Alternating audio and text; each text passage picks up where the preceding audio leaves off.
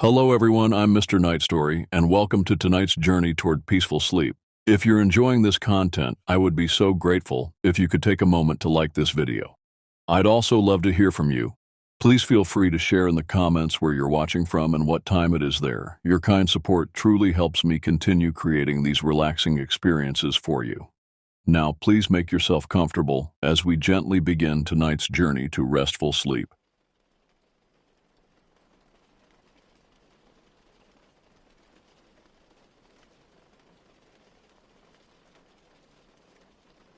I've always been drawn to the wilderness.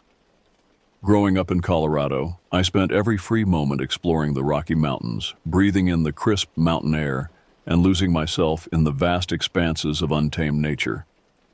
School never held my interest the way the outdoors did. While my classmates pored over textbooks, I was busy learning the language of the forest, the whisper of wind through pine needles, the soft crunch of leaves underfoot, the distant cry of an eagle soaring overhead.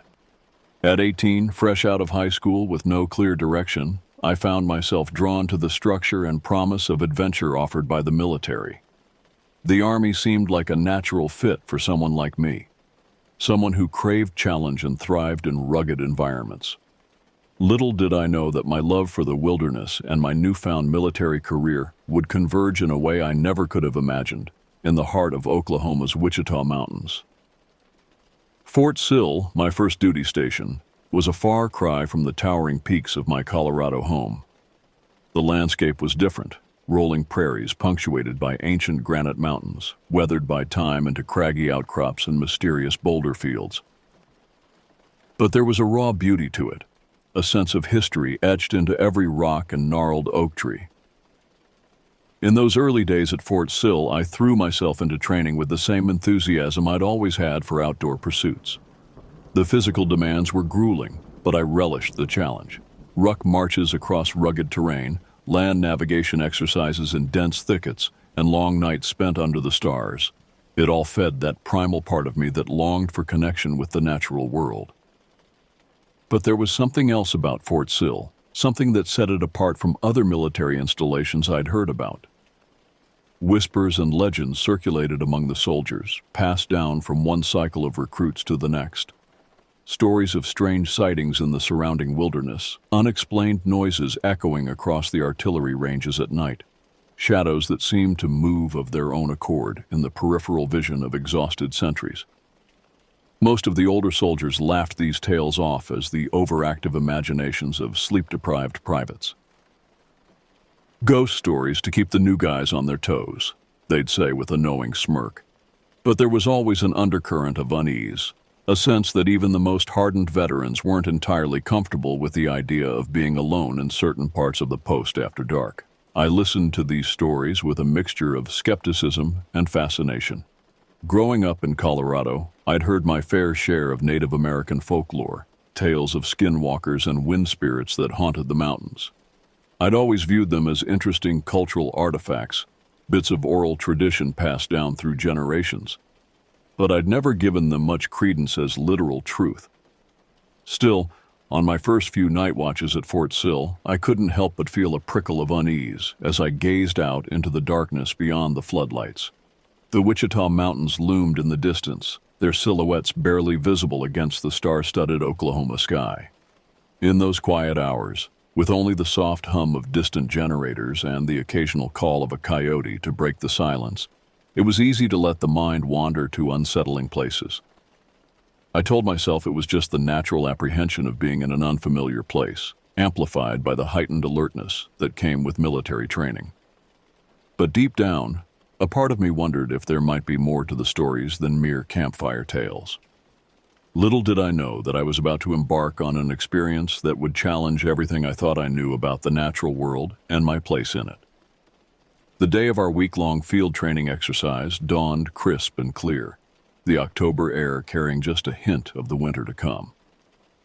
As our convoy of vehicles rumbled out of Fort Sill and into the sprawling wilderness of the Wichita Mountains Wildlife Refuge, I felt a familiar surge of excitement. This was what I'd signed up for, the chance to test my skills in a real-world environment, to push my limits and prove my worth as a soldier. Our unit, an artillery battery, had been tasked with setting up a remote firing position deep within the refuge. It was a complex operation, involving the coordination of multiple teams to transport and position our massive howitzers, establish secure communications, and create a defensible perimeter. As a junior specialist, my role was primarily to follow orders and provide support wherever needed. The first few hours were a flurry of activity, the air filled with the rumble of engines, the metallic clang of equipment being unloaded, and the constant chatter of radio communications.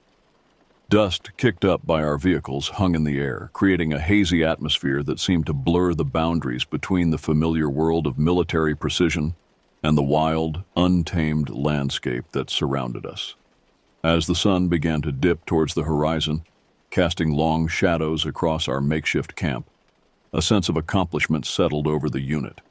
Our howitzers stood ready, their long barrels pointed towards distant, unseen targets.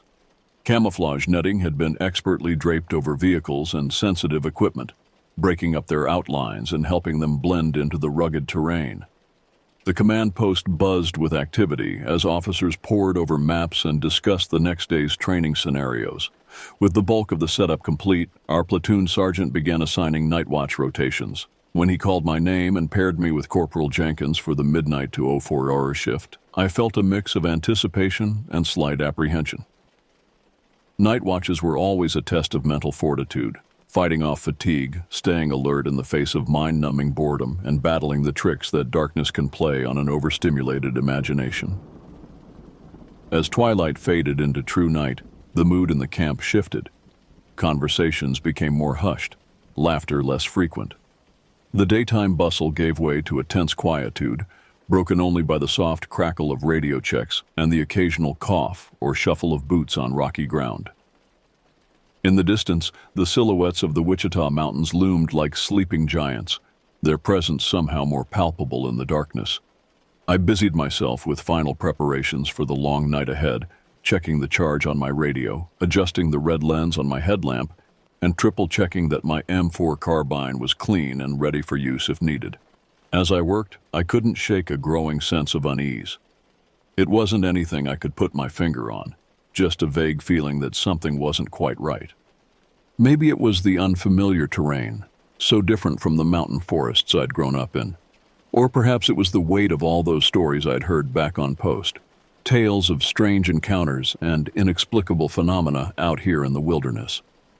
Whatever the cause, I found myself hyper-aware of every sound, every shadow, as full darkness settled over our position.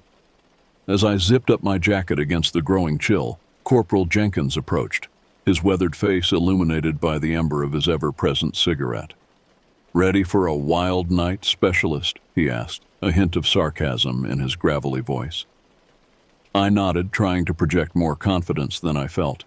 "Yes, Corporal, all set." He studied me for a moment, then shook his head slightly. "First time out here, isn't it? Word of advice, keep your wits about you. This place, it's got a way of playing tricks on you, especially at night. Stick to the established patrol routes, maintain radio contact, and for God's sake, don't go wandering off into those woods unless you absolutely have to. Understood?" "Yes, Corporal," I replied, a chill that had nothing to do with the temperature running down my spine. As Jenkins moved off to brief the other members of our watch team, I took a deep breath, steeling myself for the long hours ahead. The Wichita Mountains stretched out before me, a vast expanse of darkness broken only by the faint glimmer of starlight on granite outcrops. Somewhere in that darkness, I knew, lay challenges I couldn't yet imagine, tests of not just my training and physical endurance, but of my very perception of reality. With one last check of my gear, I stepped forward to assume my post, the first tentative steps into a night that would change everything. The first hour of our watch passed uneventfully. Corporal Jenkins and I patrolled the perimeter of our position, our boots crunching softly on the mix of gravel and scrub grass that covered the ground. The night was clear, the stars blazing with an intensity I'd rarely seen, even in the mountains of Colorado. The Milky Way stretched across the sky like a river of light, casting just enough illumination to silhouette the jagged peaks around us. Despite the beauty of the night, I couldn't shake the feeling of being watched. Every rustle in the underbrush, every shadow that seemed to move in the corner of my eye, sent a jolt of adrenaline through my system. I tried to rationalize it. We were in a wildlife refuge after all. The sounds were probably just nocturnal animals going about their business, unperturbed by our military presence. Around Orowanshi, Jenkins decided to split up to cover more ground. "You take the eastern perimeter," he said, gesturing towards a line of scrub oaks that marked the edge of our position. "I'll cover the west. Radio check every 15 minutes. And remember what I said. Stick to the patrol route." I nodded, squaring my shoulders and gripping my M4 a little tighter as I set off towards my assigned sector. The eastern perimeter skirted the edge of a dense thicket, the trees casting deep shadows that seemed to writhe and twist in my peripheral vision. I forced myself to focus on the task at hand, scanning the area methodically, just as I'd been trained. As I walked, I found myself whistling softly, an old habit from my hiking days, a way to break the oppressive silence and announce my presence to any wildlife that might be startled by a human's sudden appearance. The tune that came to my lips was Colonel Bogey March, its jaunty melody incongruous with the tense atmosphere. I had just reached the furthest point of my patrol route when I heard it, a sound that stopped me dead in my tracks. A cough, not the bark of a coyote or the rustle of wind through leaves, but a distinctly human cough coming from the thicket to my right. My heart began to race. We weren't supposed to have any other units in this area. Could it be an infiltrator, someone trying to test our perimeter security? Or worse, had someone from our unit wandered off and gotten lost? "Corporal Jenkins?" I called out, my voice sounding thin and uncertain in the vast night. "Is that you?" There was no response, just the soft whisper of wind through the trees and the pounding of blood in my ears. I swept my rifle towards the source of the sound, flicking on my weapon light to illuminate the dense undergrowth. The beam cut through the darkness, casting stark shadows that seemed to dance and leap with a life of their own. And then I saw it. At first I thought it was just a trick of the light, a random pattern of shadows and foliage that my stressed mind was interpreting as a human form. But as I focused, the shape became clearer, more defined. It was a figure, standing perhaps 20 feet away, partially obscured by a gnarled oak tree. The sight hit me like a physical blow. Every instinct screamed at me to run, to radio for help, to do something. But I stood frozen, my training warring with primal fear as I tried to make sense of what I was seeing. The figure was dressed in what looked like a military uniform, but one that was decades out of date, ragged and worn, hanging loosely on a frame that seemed simultaneously too thin and too tall to be natural. But it was the face that truly chilled me to my core. It was as if someone had taken features from a human and a deer and mashed them together in a nightmarish collage. The eyes were too large, too widely spaced, glowing with an unnatural reddish-brown light in the beam of my flashlight. The nose was elongated, almost snout-like, above a mouth that seemed to be fixed in a grimace of pain or hunger. As I stood there, paralyzed with shock and disbelief, the creature's gaze locked onto mine. There was intelligence in those eyes, a cold, calculating awareness that sent shivers down my spine. This was no animal, no trick of light and shadow. This was something else entirely. My eyes darted to the tattered name tape on its uniform, barely legible in the harsh light of my rifle-mounted flashlight. Thompson. The name burned itself into my brain, a bizarre detail that my mind latched onto in the midst of this surreal encounter. Finding my voice at last, I managed to stutter out a question. Who are you?"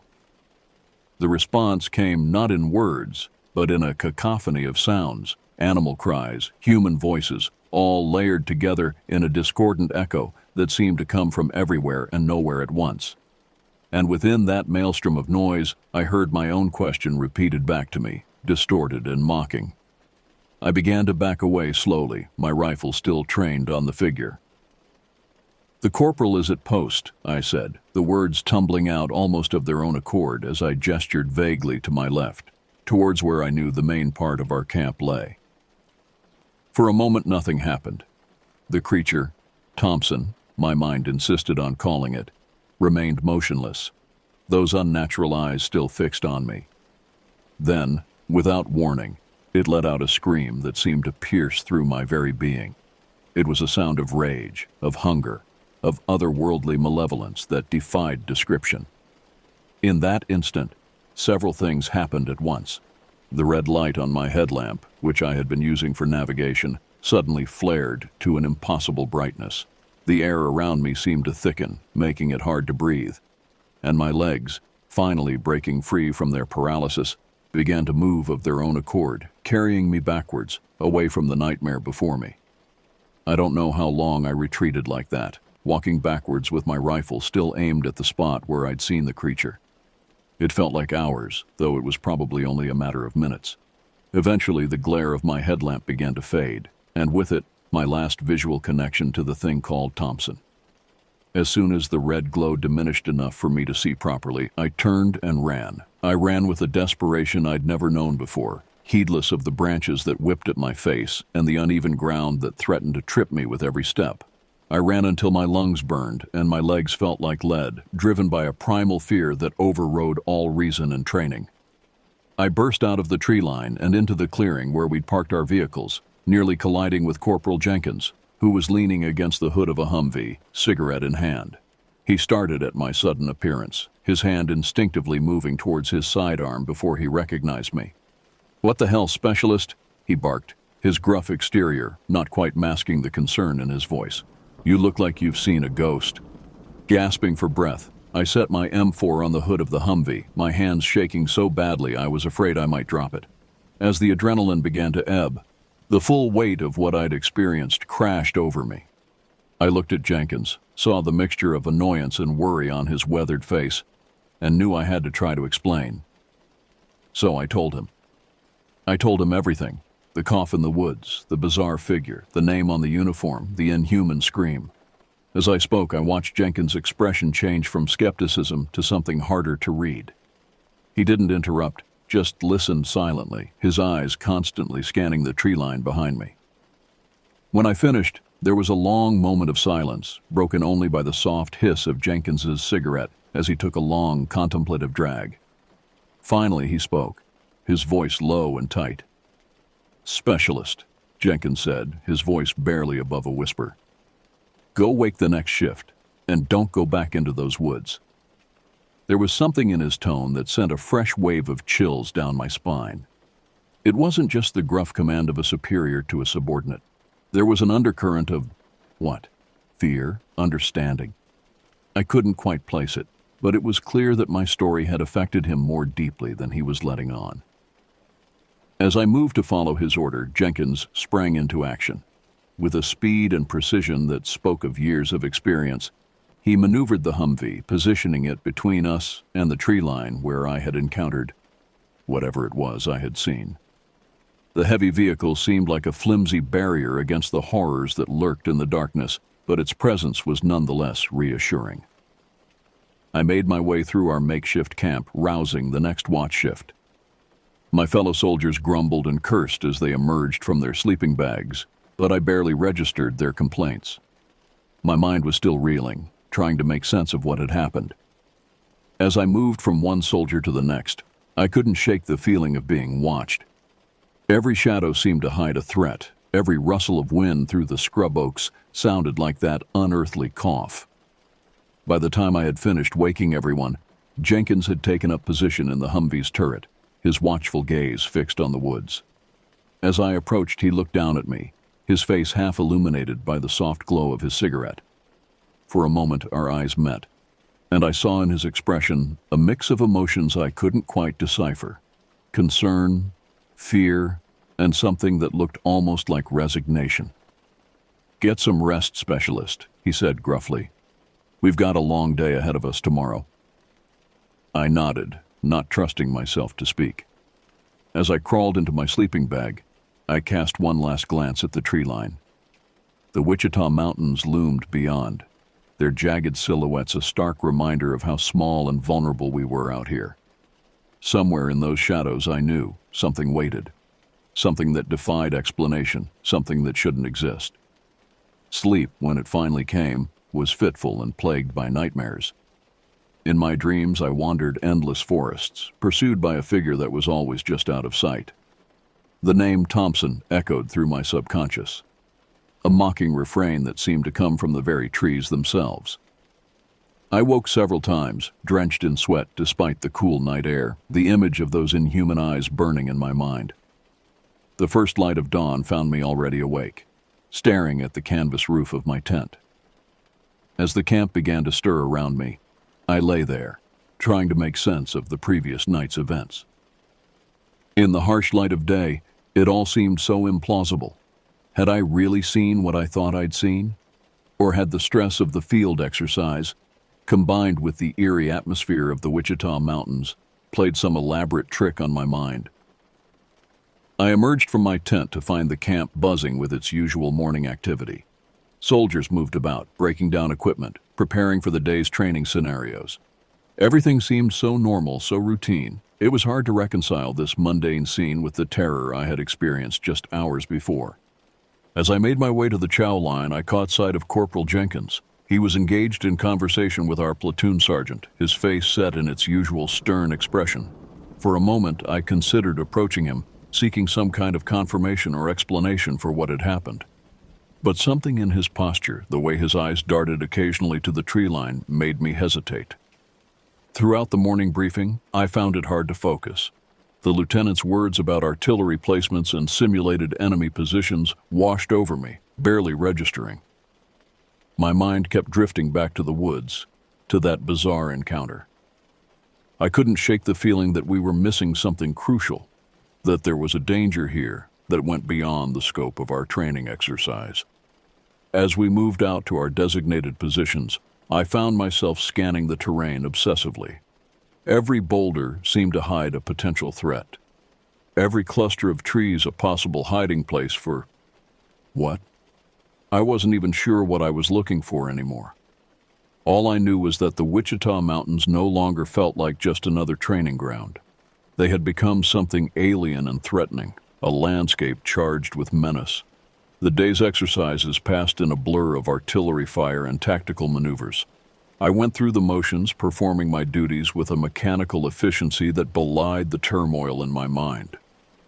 My fellow soldiers noticed my distraction, shooting me concerned glances and whispered questions that I deflected with mumbled excuses about not sleeping well. It was during a lull in the afternoon's activities that Corporal Jenkins approached me.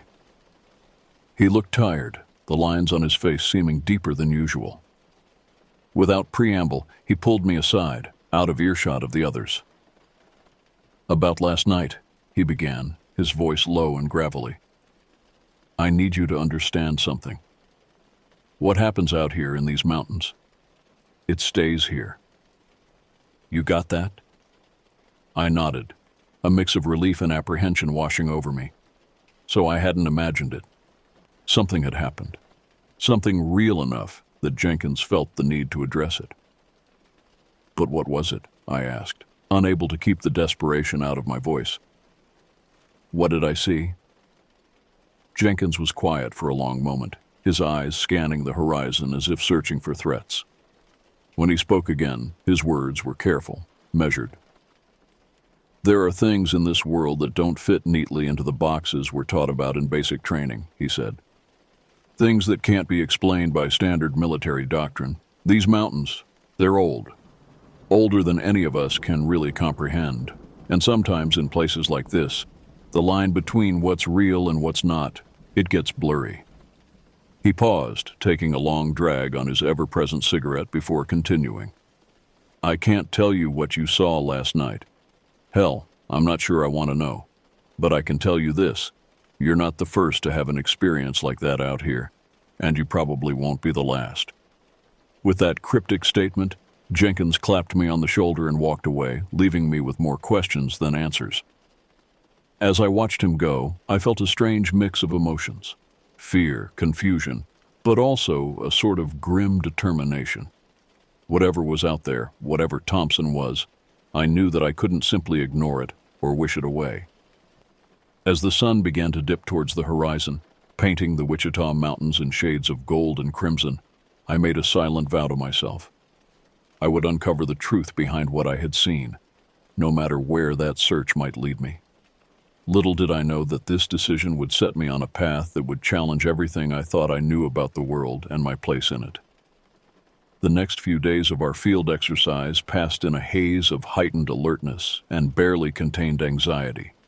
Every night watch became an ordeal, my senses straining for any sign of the otherworldly presence I had encountered. But aside from the usual sounds of the wilderness, the call of coyotes, the rustle of wind through the scrub oaks, the Wichita Mountains remained stubbornly, almost mockingly, normal. It was during this time that I began to dig deeper into the history of Fort Sill and the surrounding area. In stolen moments between training exercises, I pored over whatever information I could find on my smartphone, hungrily consuming articles about the region's past. What I discovered only deepened the mystery.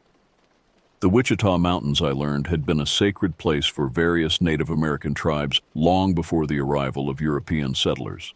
The Apache, Comanche, and Kiowa had all called this rugged landscape home at various points in history. Legends and stories abounded of vision quests undertaken in these mountains, of spiritual encounters with beings that defied easy categorization. But it was the more recent history that truly caught my attention. Fort Sill itself had been established in 1869, and in the century and a half since then, it had seen its share of tragedy and conflict. Soldiers had died here, both in training accidents and in the various conflicts that the fort had played a role in over the years. One story in particular stood out to me. In the late 1960s, at the height of the Vietnam War, there had been reports of a soldier who had gone missing during a training exercise in the wildlife refuge. The details were frustratingly vague. Official records seemed to have been either lost or deliberately obscured. But the fragments I could piece together painted a disturbing picture. The soldier, whose name was redacted in the few documents I could find, had apparently wandered off from his unit during a night maneuver. Search parties had combed the area for days, but no trace of him was ever found. What stuck with me, though, was a detail mentioned in a local newspaper article from the time. Several of the searchers had reported strange sightings and unexplained phenomena during the hunt for the missing man. As I read these accounts, a chill ran down my spine. The descriptions, fleeting glimpses of a figure that seemed to melt into the shadows, eerie sounds that couldn't be attributed to any known animal, a pervasive sense of being watched by something ancient and malevolent, all resonated with my own experience. Could it be possible? Had I encountered something connected to this long-ago tragedy? The rational part of my mind rebelled against the idea, insisting that there had to be a logical explanation. But another part, a part that had been awakened by that night in the woods, whispered that perhaps the truth was stranger and more terrifying than anything I had been prepared to believe. My obsession with uncovering the truth began to affect my performance. During day exercises, I found myself distracted, my mind constantly turning over the pieces of this bizarre puzzle. My squad mates noticed, shooting me concerned glances and occasionally covering for my lapses in attention. I was grateful for their support, even if I couldn't bring myself to explain what was really troubling me. It was Corporal Jenkins who finally confronted me about it. He caught me one evening as I was hunched over my phone, frantically scrolling through yet another article about local legends. "You need to let it go, specialist," he said, his voice a mixture of concern and frustration. "Whatever you think you saw out there, whatever you think you're going to find, it's not worth obsessing over. Focus on the mission at hand." I looked up at him, seeing the worry etched in the lines of his weathered face. For a moment, I was tempted to confide in him, to share the connections I thought I had uncovered. But something held me back. A combination of fear of being dismissed as crazy and a growing sense that this was something I needed to figure out on my own. "I'm fine, Corporal," I lied, forcing a smile that felt brittle even to me. "Just having trouble sleeping out here, that's all." Jenkins held my gaze for a long moment, his expression unreadable. Finally, he nodded, though it was clear he didn't believe me. "Get some rest," he said gruffly. "We've got night fire exercises tomorrow. I need you sharp." As he walked away, I felt a pang of guilt for the deception, but it was overshadowed by a growing determination. I was onto something. I was sure of it. The history of this place, the legends, my own experience, they were all connected somehow. and I was going to figure out how, no matter what it took. Little did I know that my chance to uncover the truth would come sooner than I expected, and in a way that would test not just my courage, but my very grip on reality. The night of the live fire exercise dawned clear and cold, the stars blazing overhead with an intensity that seemed almost unnatural. As our unit moved into position, the massive hulks of the howitzers looming against the star-studded sky, I felt a sense of anticipation mixed with dread. Something about the night felt charged, as if the very air was alive with potential energy. Our objective was straightforward: a series of simulated enemy positions scattered throughout a nearby valley. We were to provide artillery support for a hypothetical infantry assault, demonstrating our ability to deliver accurate fire under nighttime conditions. It was the kind of exercise we had trained for countless times, but something about doing it here, in the shadow of the Wichita Mountains, felt different. As we went through our pre-fire checks, I couldn't shake the feeling of being watched. Every time I glanced towards the tree line, I half expected to see a pair of glowing eyes staring back at me. The name Thompson echoed in my mind, a constant, unsettling refrain. The first volleys lit up the night sky, the flash and thunder of the howitzers momentarily drowning out all other sensations. As we worked to reload and adjust our fire, I fell into the familiar rhythm of the task, my hands moving almost of their own accord. For a while, the sheer intensity of the exercise pushed my darker thoughts to the background. It was during a lull in the firing, as we waited for new coordinates from our forward observers, that it happened. A sound cut through the night, a cough eerily similar to the one I had heard on that fateful night watch. My head snapped up, eyes scanning the darkness beyond our position. For a moment I saw nothing. Then, at the edge of our floodlit area, a shadow moved. It was just for an instant, a flicker of movement that could have been a trick of the light. But I knew, with a certainty that chilled me to my core, that it was him, Thompson. Without thinking, I took a step towards the tree line, my hand instinctively reaching for my sidearm. A shout from Corporal Jenkins snapped me back to reality. "Fire mission! Gun 3, adjust fire!" I turned back to my post, my heart racing. As I helped load the next round, my mind was in turmoil. Had I really seen something, or was my overstressed mind playing tricks on me? And if it was real, what did it mean? Why here? Why now? The rest of the exercise passed in a blur of fire and smoke. I performed my duties mechanically, my body going through the motions while my mind grappled with what I had seen. As the last echoes of our final volley faded into the night, I knew that I couldn't ignore this anymore. I had to find answers. As we began the process of securing our equipment, I made a decision. Once the post-exercise duties were complete, once the rest of the unit had bedded down for the night, I would go back into those woods, alone if necessary. Whatever was out there, whatever Thompson was, I had to confront it. The hours crawled by with agonizing slowness. I went through the motions of cleaning my station, helping to stow gear, all the while acutely aware of the looming presence of the Wichita Mountains. Finally, as the camp settled into the quiet of the early morning hours, I saw my chance. Slipping away from my tent, I made my way towards the tree line. The night was quiet now, the earlier cacophony of artillery fire replaced by the soft whisper of wind through the leaves and the distant call of a coyote. As I reached the edge of the woods, I paused, my hand resting on the grip of my sidearm. This was it, the moment of truth. Whatever lay beyond those trees, I was about to face it. With a deep breath, I stepped forward, leaving the relative safety of the camp behind and plunging into the unknown darkness of the Wichita Mountains. The woods seemed to close in around me as I moved deeper into their depths. The beam of my flashlight carved a narrow path through the darkness, illuminating gnarled tree trunks and dense underbrush. Every shadow seemed to move, every rustle of leaves sent a jolt of adrenaline through my system. But I pressed on, driven by a need for answers that overrode my fear. I'm not sure how long I walked. Time seemed to lose all meaning in that primeval landscape.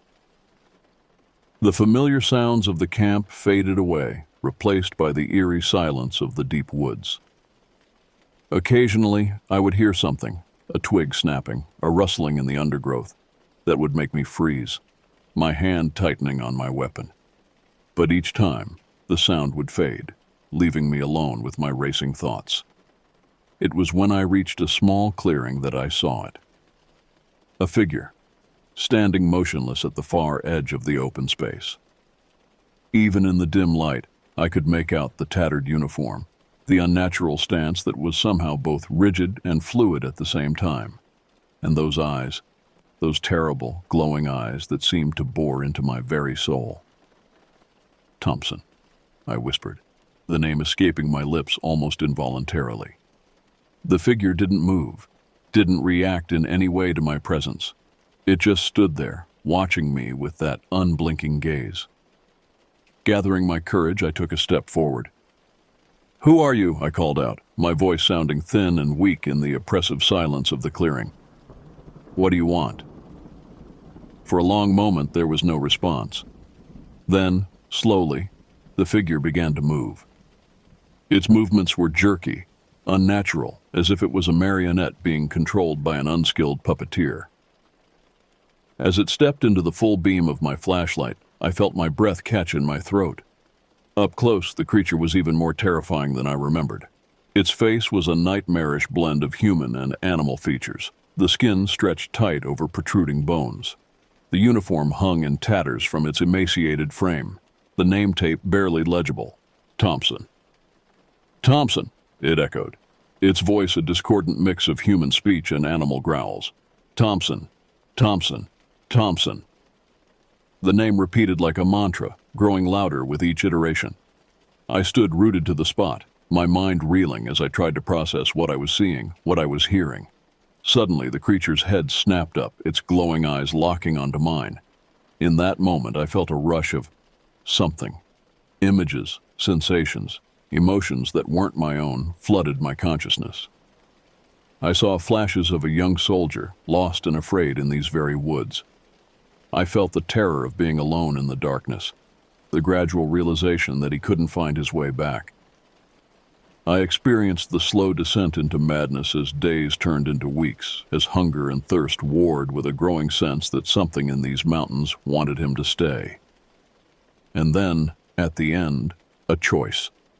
A terrible, impossible choice offered by something ancient and powerful that dwelled in the depths of the Wichita Mountains. A chance at a kind of survival, but at a cost that would strip away his humanity. As quickly as it had come, the flood of impressions receded. I found myself on my knees, gasping for breath, my whole body shaking. When I looked up, the creature, Thompson, was gone. In its place stood Corporal Jenkins, his face a mask of concern and resignation. "You saw it, didn't you?" he asked quietly, helping me to my feet. "You saw what happened to Thompson?" I nodded, unable to form words. Jenkins sighed heavily, his eyes scanning the tree line as if expecting the creature to reappear at any moment. "It's been out here for decades," he explained.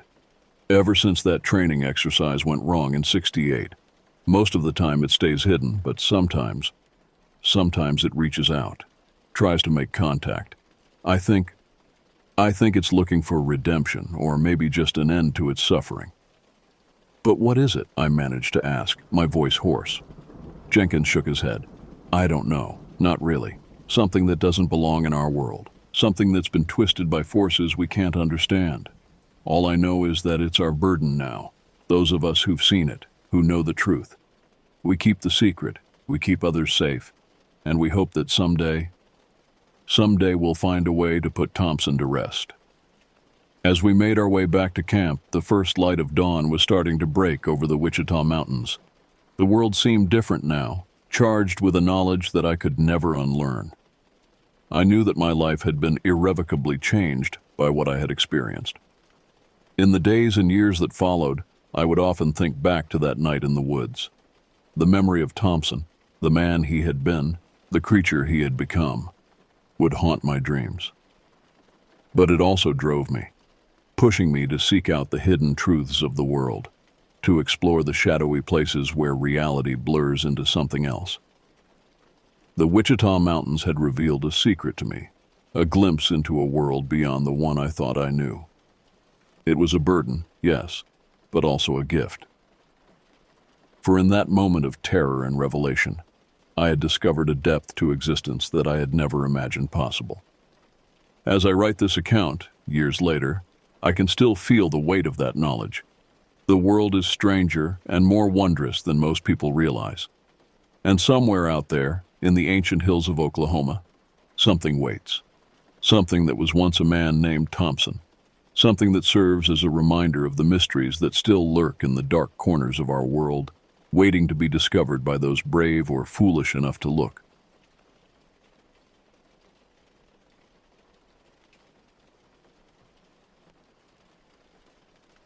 The warm breeze of early March caressed my face as I stepped out of my car, breathing in the crisp air that hinted at the approaching spring. It was an unusually pleasant Saturday afternoon, the kind that beckons you outdoors after months of winter hibernation. I couldn't help but smile as I saw my friends pull up in their vehicles, their faces mirroring my excitement for the adventure that lay ahead.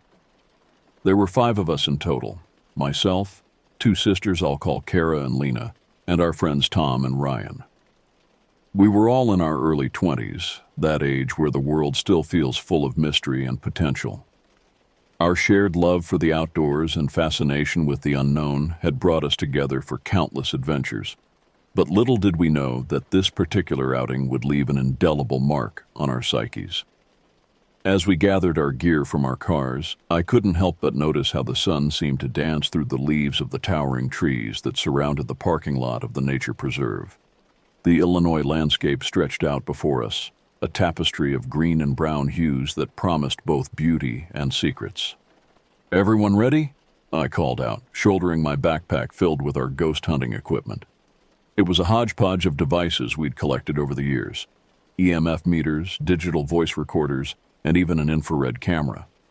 While we approached our hobby with a healthy dose of skepticism, there was always that thrill of possibility that kept us coming back for more. Kara, the older of the 2 sisters, adjusted her thick glasses and gripped her white cane tightly.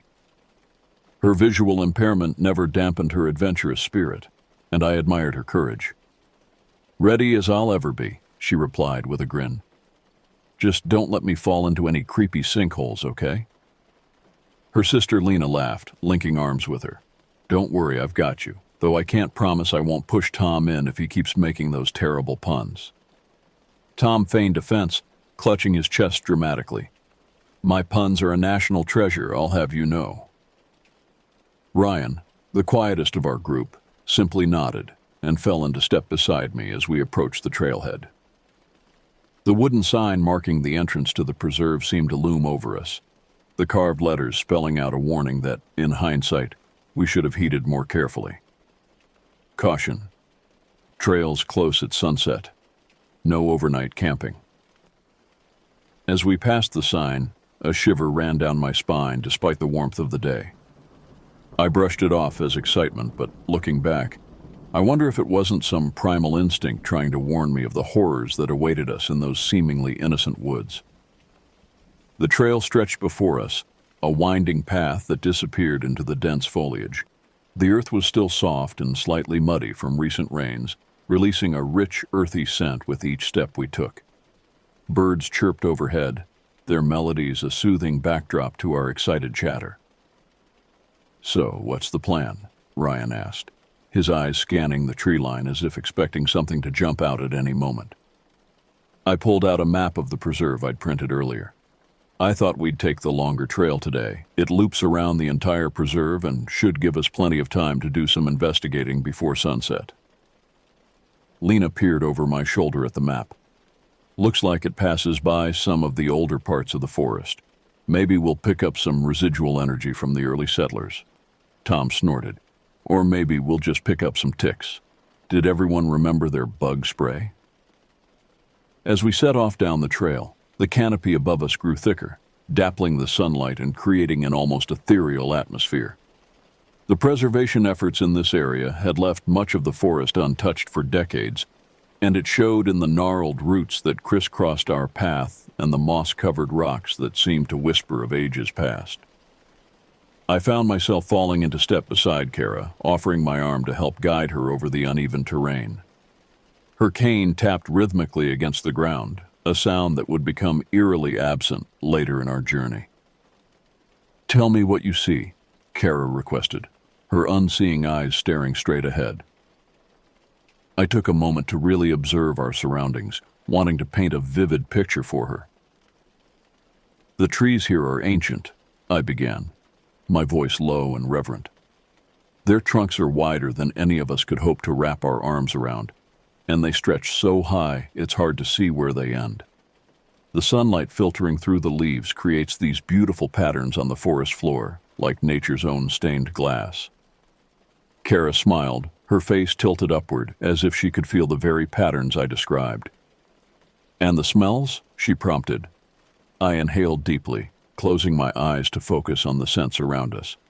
It's a mix of damp earth, decaying leaves, and something sweeter, maybe wildflowers starting to bloom. There's also a hint of pine and that unique scent that only comes from really old trees. As we continued our hike, I couldn't shake the feeling that we were being watched.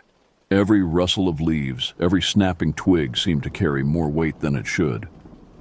I chalked it up to the heightened awareness that came with our ghost hunting mindset, but in retrospect, I wonder if it wasn't something more sinister already taking notice of our presence. The first hour of our hike passed uneventfully. We stopped occasionally to take readings with our equipment or to simply admire the beauty of the preserve. Tom's excitement was palpable as he regaled us with local legends and historical tidbits about the area. Did you know that this land was considered sacred by some of the indigenous tribes? He asked, his voice hushed as if sharing a great secret. They believed it was a thin place where the veil between worlds was at its weakest. Ryan raised an eyebrow. Thin place? You mean like where ghosts can cross over more easily? Tom nodded enthusiastically. Exactly, and not just ghosts. Some cultures believe all sorts of entities can slip through in places like this. I felt Kara's grip on my arm tighten slightly. Let's hope we don't run into anything too unfriendly then, she said, her tone light but with an undercurrent of unease. As the afternoon wore on, the forest around us seemed to grow denser, the air heavier. The cheerful bird song that had accompanied the start of our journey gradually faded, replaced by an unsettling silence broken only by our footsteps and the occasional rustle of unseen creatures in the underbrush. It was Lena who first noticed the change in atmosphere. Is it just me, or does something feel off? She asked, her eyes darting nervously from tree to tree. I paused, taking stock of our surroundings. The shadows had lengthened, stretching like grasping fingers across the forest floor. A cool breeze had picked up, carrying with it a scent I couldn't quite place, something acrid and unnatural. It's probably just getting close to sunset, I reasoned, trying to keep my voice steady despite the growing unease in the pit of my stomach. We should think about heading back soon. But as I turned to consult our map, a sound pierced the silence, a sound that would haunt my nightmares for months to come. It was a whistle, long and eerily melodic, echoing through the trees from somewhere behind us. In that moment, as 5 pairs of eyes met in shared terror, I realized that our innocent hike had just taken a turn into something far more sinister. The real horror of our journey was about to begin, and none of us were prepared for what lay ahead in the gathering darkness of those cursed woods. As the last echoes of that haunting whistle faded into the encroaching twilight, an oppressive silence fell over our group. We stood frozen, our eyes darting between each other in the deepening shadows that seemed to pulse with malevolent intent.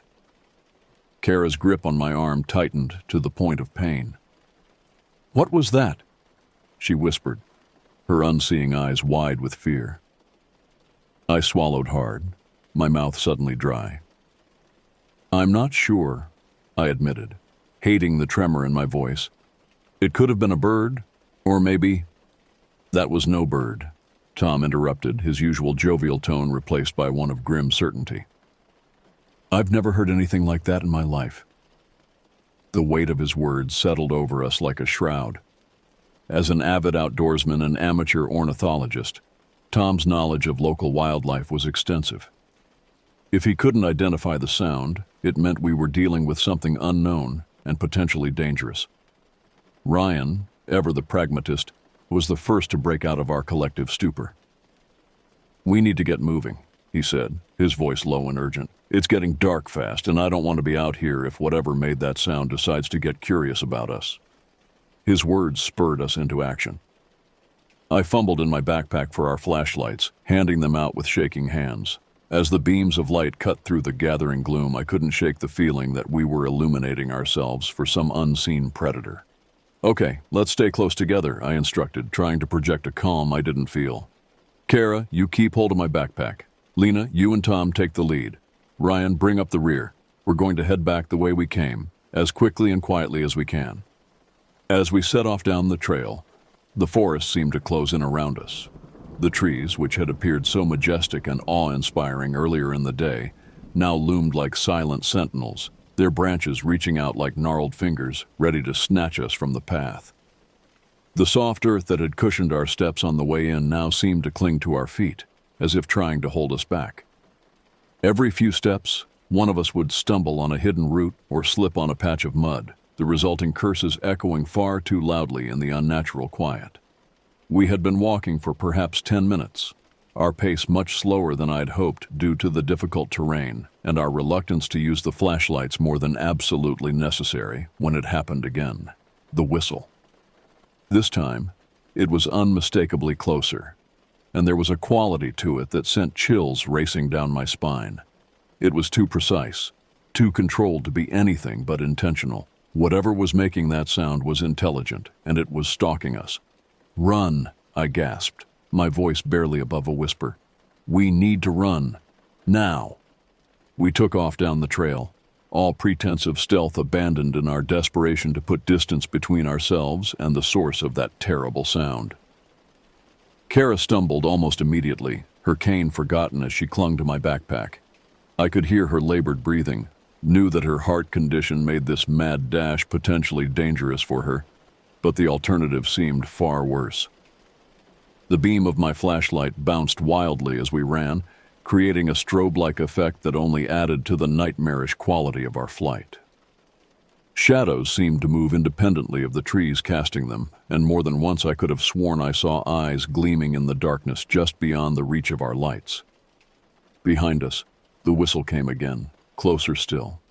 It had changed somehow, taken on a mocking quality, as if whatever was pursuing us was toying with its prey. The thought sent a fresh surge of adrenaline coursing through my veins. "There!" Lena's shout cut through the sound of our pounding footsteps and ragged breathing. "I can see lights through the trees." Sure enough, the faint glow of civilization was visible through the thinning foliage. We had veered off the main trail in our panic, but by some miracle, we were approaching the edge of the preserve where it bordered a residential area. "Head for the road," I called out, remembering the layout from our map. "If we can make it there, we'll be in the open." We altered our course, crashing through the underbrush with reckless abandon. Branches whipped at our faces and tore at our clothes, but we pressed on, driven by pure, animalistic fear. The whistle came once more, so close now that I was certain if I turned, I would see our pursuer. But I didn't dare look back, focusing instead on the steep embankment that separated us from salvation. We hit the slope at full speed, scrambling up the loose dirt and exposed roots. I heard a cry of pain behind me and turned to see Kara had lost her grip on my backpack. She was sliding back down the hill, her hands scrabbling for purchase in the soft earth. Without thinking, I lunged for her, managing to grab her wrist. "I've got you," I yelled, straining to pull her up even as I felt myself being dragged down. For one terrifying moment, I was certain we were both going to tumble back into the waiting darkness. Then Ryan was there, his strong hands gripping my shoulders, anchoring us both. With a Herculean effort, we managed to haul Kara up onto level ground. We lay there for a moment, gasping for air, our bodies trembling with exertion and fear. The road was just feet away now, the streetlights casting a warm, welcoming glow that seemed to push back the oppressive darkness of the forest. But as we staggered to our feet, preparing to make the final dash to safety, a sound froze us in place. It wasn't the whistle this time, but something far worse. Laughter. Low, guttural, and utterly inhuman, it bubbled up from the depths of the forest below us. It was a sound of cruel amusement, of a predator delighting in the terror of its quarry, and it was coming from multiple directions. "Oh God," Tom whimpered, his earlier bravado completely shattered. "There's more than one." The realization hit us all like a physical blow. Whatever had been stalking us through the woods, it wasn't alone. And now we stood exposed on the crest of the hill, caught between the safety of the road and the nameless horrors that waited in the shadows. As the laughter grew louder, seeming to surround us completely, I knew we had only moments to make a decision that could mean the difference between life and death. The road beckoned, promising safety. But could we make it in time? Or would we be snatched away mere feet from salvation, dragged back into the hungry darkness that pulsed behind us? With hearts pounding and breaths coming in ragged gasps, we faced a choice that would haunt us long after this night was over. And as the laughter reached a fever pitch, I knew that whatever decision we made, our lives would never be the same again. The laughter crescendoed, a cacophony of inhuman mirth that seemed to vibrate through the very air around us. In that moment of paralyzing terror, time seemed to stretch and warp, each second feeling like an eternity as we stood frozen on the precipice between salvation and doom. It was Kara who broke the spell, her unseeing eyes wide with panic. "We have to move," she cried, her voice cracking with fear. "Please, we can't stay here." Her words jolted us into action. Without conscious thought, we surged forward as one, half running, half stumbling onto the asphalt of the road. The sudden transition from soft earth to hard pavement was jarring, and I nearly lost my footing. But the fear of what lurked behind us drove me onward, my legs pumping mechanically, even as my lungs burned for air. The streetlights cast pools of sickly yellow illumination, creating islands of false safety in a sea of encroaching darkness. We ran from one circle of light to the next, as if they were stepping stones across a treacherous river. Behind us, the laughter had ceased, replaced by an eerie silence that was somehow even more terrifying. The absence of sound made the hairs on the back of my neck stand on end, and I couldn't shake the feeling that we were being watched, evaluated, like mice in a maze by some cruel, unseen observer. "Where are we going?" Tom gasped between labored breaths as we ran. I realized with a sinking feeling that in our panic, we had fled in the opposite direction of where we had parked our cars. The unfamiliar suburban landscape stretched out before us, a maze of identical houses and manicured lawns that offered no clear path to safety. "We need to find help," I panted, my eyes darting frantically from house to house as we ran. "Maybe someone will let us use their phone, call for a ride." But as we passed house after house, a new kind of dread began to settle over us. Every home we passed was dark, silent, lifeless. No porch lights, no warm glow of television screens through windows, not even the faint flicker of a nightlight. It was as if the entire neighborhood had been abandoned. "This isn't right," Lena whispered, her voice tight with fear. "Where is everyone?" I didn't have an answer for her. The emptiness of the street was unnatural, oppressive. Even the ambient sounds of a typical suburban night, distant traffic, the hum of air conditioners, the occasional bark of a dog, were conspicuously absent. The only sounds were our ragged breathing and the slap of our feet against the pavement. We slowed our pace, the initial burst of adrenaline fading and leaving us weak-kneed and trembling. Kara leaned heavily against me, her breath coming in short, sharp gasps that worried me. I knew her heart couldn't take much more of this strain. "We need to stop," I said, hating the decision even as I made it. "Just for a minute, to catch our breath and figure out where we are." We huddled together under a streetlight, its harsh glare doing little to dispel the shadows that seemed to press in around us. Ryan pulled out his phone, and for a moment, hope flared in my chest, but it was quickly extinguished. "No signal," he muttered, his face ghostly in the blue light of the screen. "And the GPS isn't working either. It's like we're in some kind of dead zone." Tom let out a strangled laugh. "Dead zone. Great choice of words, buddy." I was about to reprimand him for the morbid joke when a sound cut through the unnatural silence. It was faint at first, barely perceptible, but it grew louder with each passing second. The whistle. That same haunting melody that had chased us from the woods, but this time, it wasn't coming from behind us. It was ahead, somewhere in the maze of dark houses and empty streets. "No," Kara moaned, her grip on my arm painfully tight. "No, no, no. It can't be." But it was.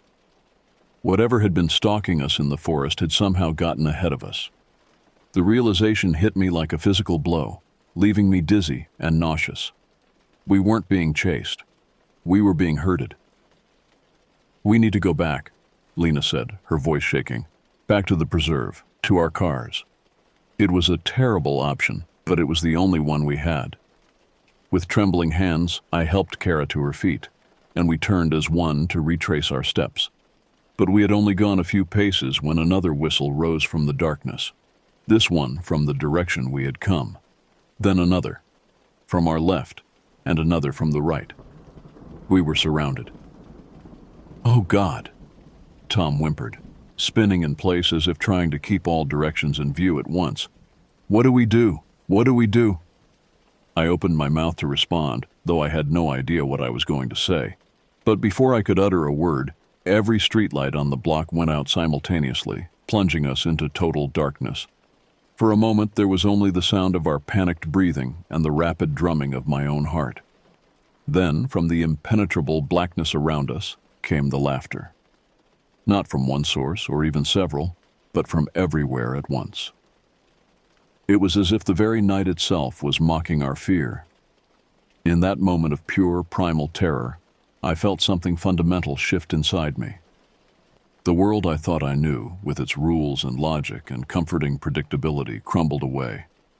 In its place was something older, darker, hungry. Whatever was out there in the dark, it wasn't just toying with us. It was savoring our fear, feeding on our panic. And as the laughter grew louder, pressing in on us from all sides, I realized with horrible clarity that our ordeal was far from over. In fact, it was only just beginning. As the laughter echoed around us, a primal instinct took over. Without a word, we huddled closer together, forming a tight circle with our backs to each other. I could feel the trembling of my friends' bodies pressed against mine, hear the rapid, shallow breathing of pure terror. "We can't stay here." Ryan's voice was barely above a whisper, but in the oppressive silence between bursts of laughter, it sounded as loud as a shout. "We're sitting ducks." He was right, of course, but the thought of moving, of stepping out of our illusory circle of safety and into the waiting darkness was almost unbearable. Yet we had to do something. Anything. "Okay," I said, trying to keep my voice steady. We moved together, slow and quiet. "Kara, hold on to my backpack. Everyone else, link arms. We're going to head that way." I pointed towards what I hoped was the direction of a slight incline in the road. If we could get to higher ground, maybe we could get our bearings. We shuffled forward as one, a strange, multi-limbed organism born of desperation and fear. The darkness was so complete that I couldn't even see my hand in front of my face. Every step was a leap of faith. My foot tentatively reaching out, expecting at any moment to step into empty air or to feel something grab me from below. The laughter had faded, replaced once again by that eerie, expectant silence. But somehow, that was worse. At least the laughter, as terrifying as it was, gave us some indication of where the threat was coming from. Now, in the silence, it felt like eyes were watching us from every direction, unseen predators waiting for the perfect moment to strike. We had been moving for what felt like hours, but was probably only minutes when Tom's foot caught on something, sending him stumbling forward with a startled cry. His sudden movement yanked Lena off balance, and in a matter of seconds, our carefully coordinated unit collapsed into a tangle of flailing limbs and panicked shouts. I found myself on my hands and knees on what felt like grass, the smell of freshly cut lawn filling my nostrils. As I struggled to orient myself, my hand brushed against something hard and vertical. A fence post. "Everyone okay?" I called out, my voice sounding unnaturally loud in the darkness. A chorus of groans and affirmatives answered me. As we picked ourselves up, I ran my hand along the fence, feeling my way along its length. It was a picket fence, the kind you might find around any suburban home, but its presence gave me an idea. "We need to find a house," I said. "Somewhere we can hole up, maybe find a working phone." Are you crazy? Lena hissed. You want us to break into someone's home? You got a better idea? Ryan snapped back. The stress was clearly getting to all of us, fraying nerves and shortening tempers. Before the argument could escalate, Kara's quiet voice cut through the tension.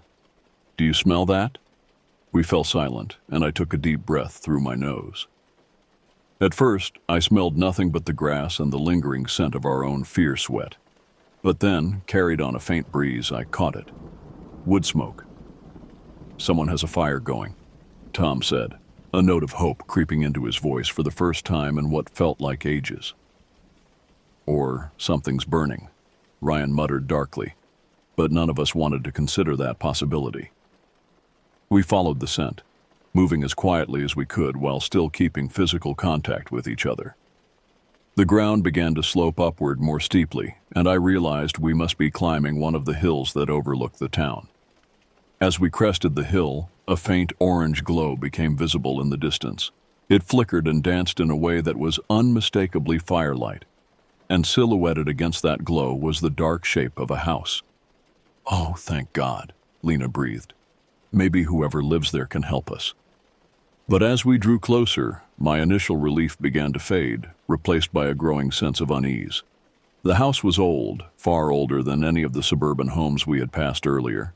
Its architecture spoke of a different era, with a steep-pitched roof and gabled windows that seemed to stare down at us like accusing eyes.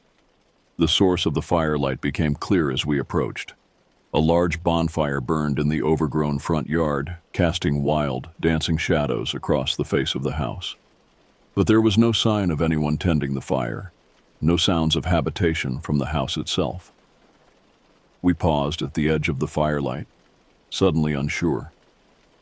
The house loomed before us, its windows dark and empty.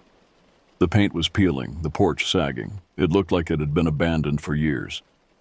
And yet someone had lit that fire. I don't like this, Tom whispered, voicing what we were all thinking. It feels like a trap. But we were exhausted, terrified, and out of options. Whatever lurked in the darkness behind us seemed far more threatening than this dilapidated old house. We have to try, I said, squaring my shoulders. Maybe there's a phone inside, or at least somewhere we can hide until morning.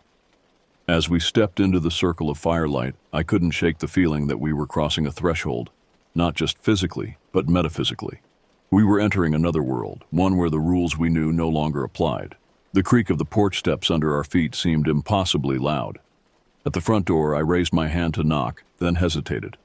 Something told me that the normal rules of social etiquette didn't apply here. Instead, I grasped the tarnished brass doorknob and turned it slowly. To my surprise, it moved easily under my hand. The door swung open with a long, drawn-out groan that set my teeth on edge. The interior of the house was cloaked in shadow, but as our eyes adjusted, shapes began to emerge from the gloom. Dusty furniture draped in white sheets, cobwebs hanging from the ceiling, and everywhere the musty smell of age and neglect. We stepped inside, the floorboards creaking ominously beneath our feet. The door swung shut behind us with a dull thud that sounded horribly final. For a moment we stood in silence, straining our ears for any sound that might indicate we weren't alone. But the only noise was the faint crackling of the bonfire outside and the rapid beating of our own hearts. Then, from somewhere deep within the house, came a sound that made my blood run cold. The long, melodic whistle that had haunted us through the forest and the empty streets. We weren't alone in the house after all. And whatever was in here with us, it had been waiting for us to arrive. The whistle hung in the air, its final notes seeming to vibrate through the very walls of the old house. We stood frozen in the entryway, our bodies tense, ready to flee at the slightest provocation. But flee to where? The horrors of the forest and the empty streets suddenly seemed preferable to whatever awaited us in the depths of this decrepit dwelling.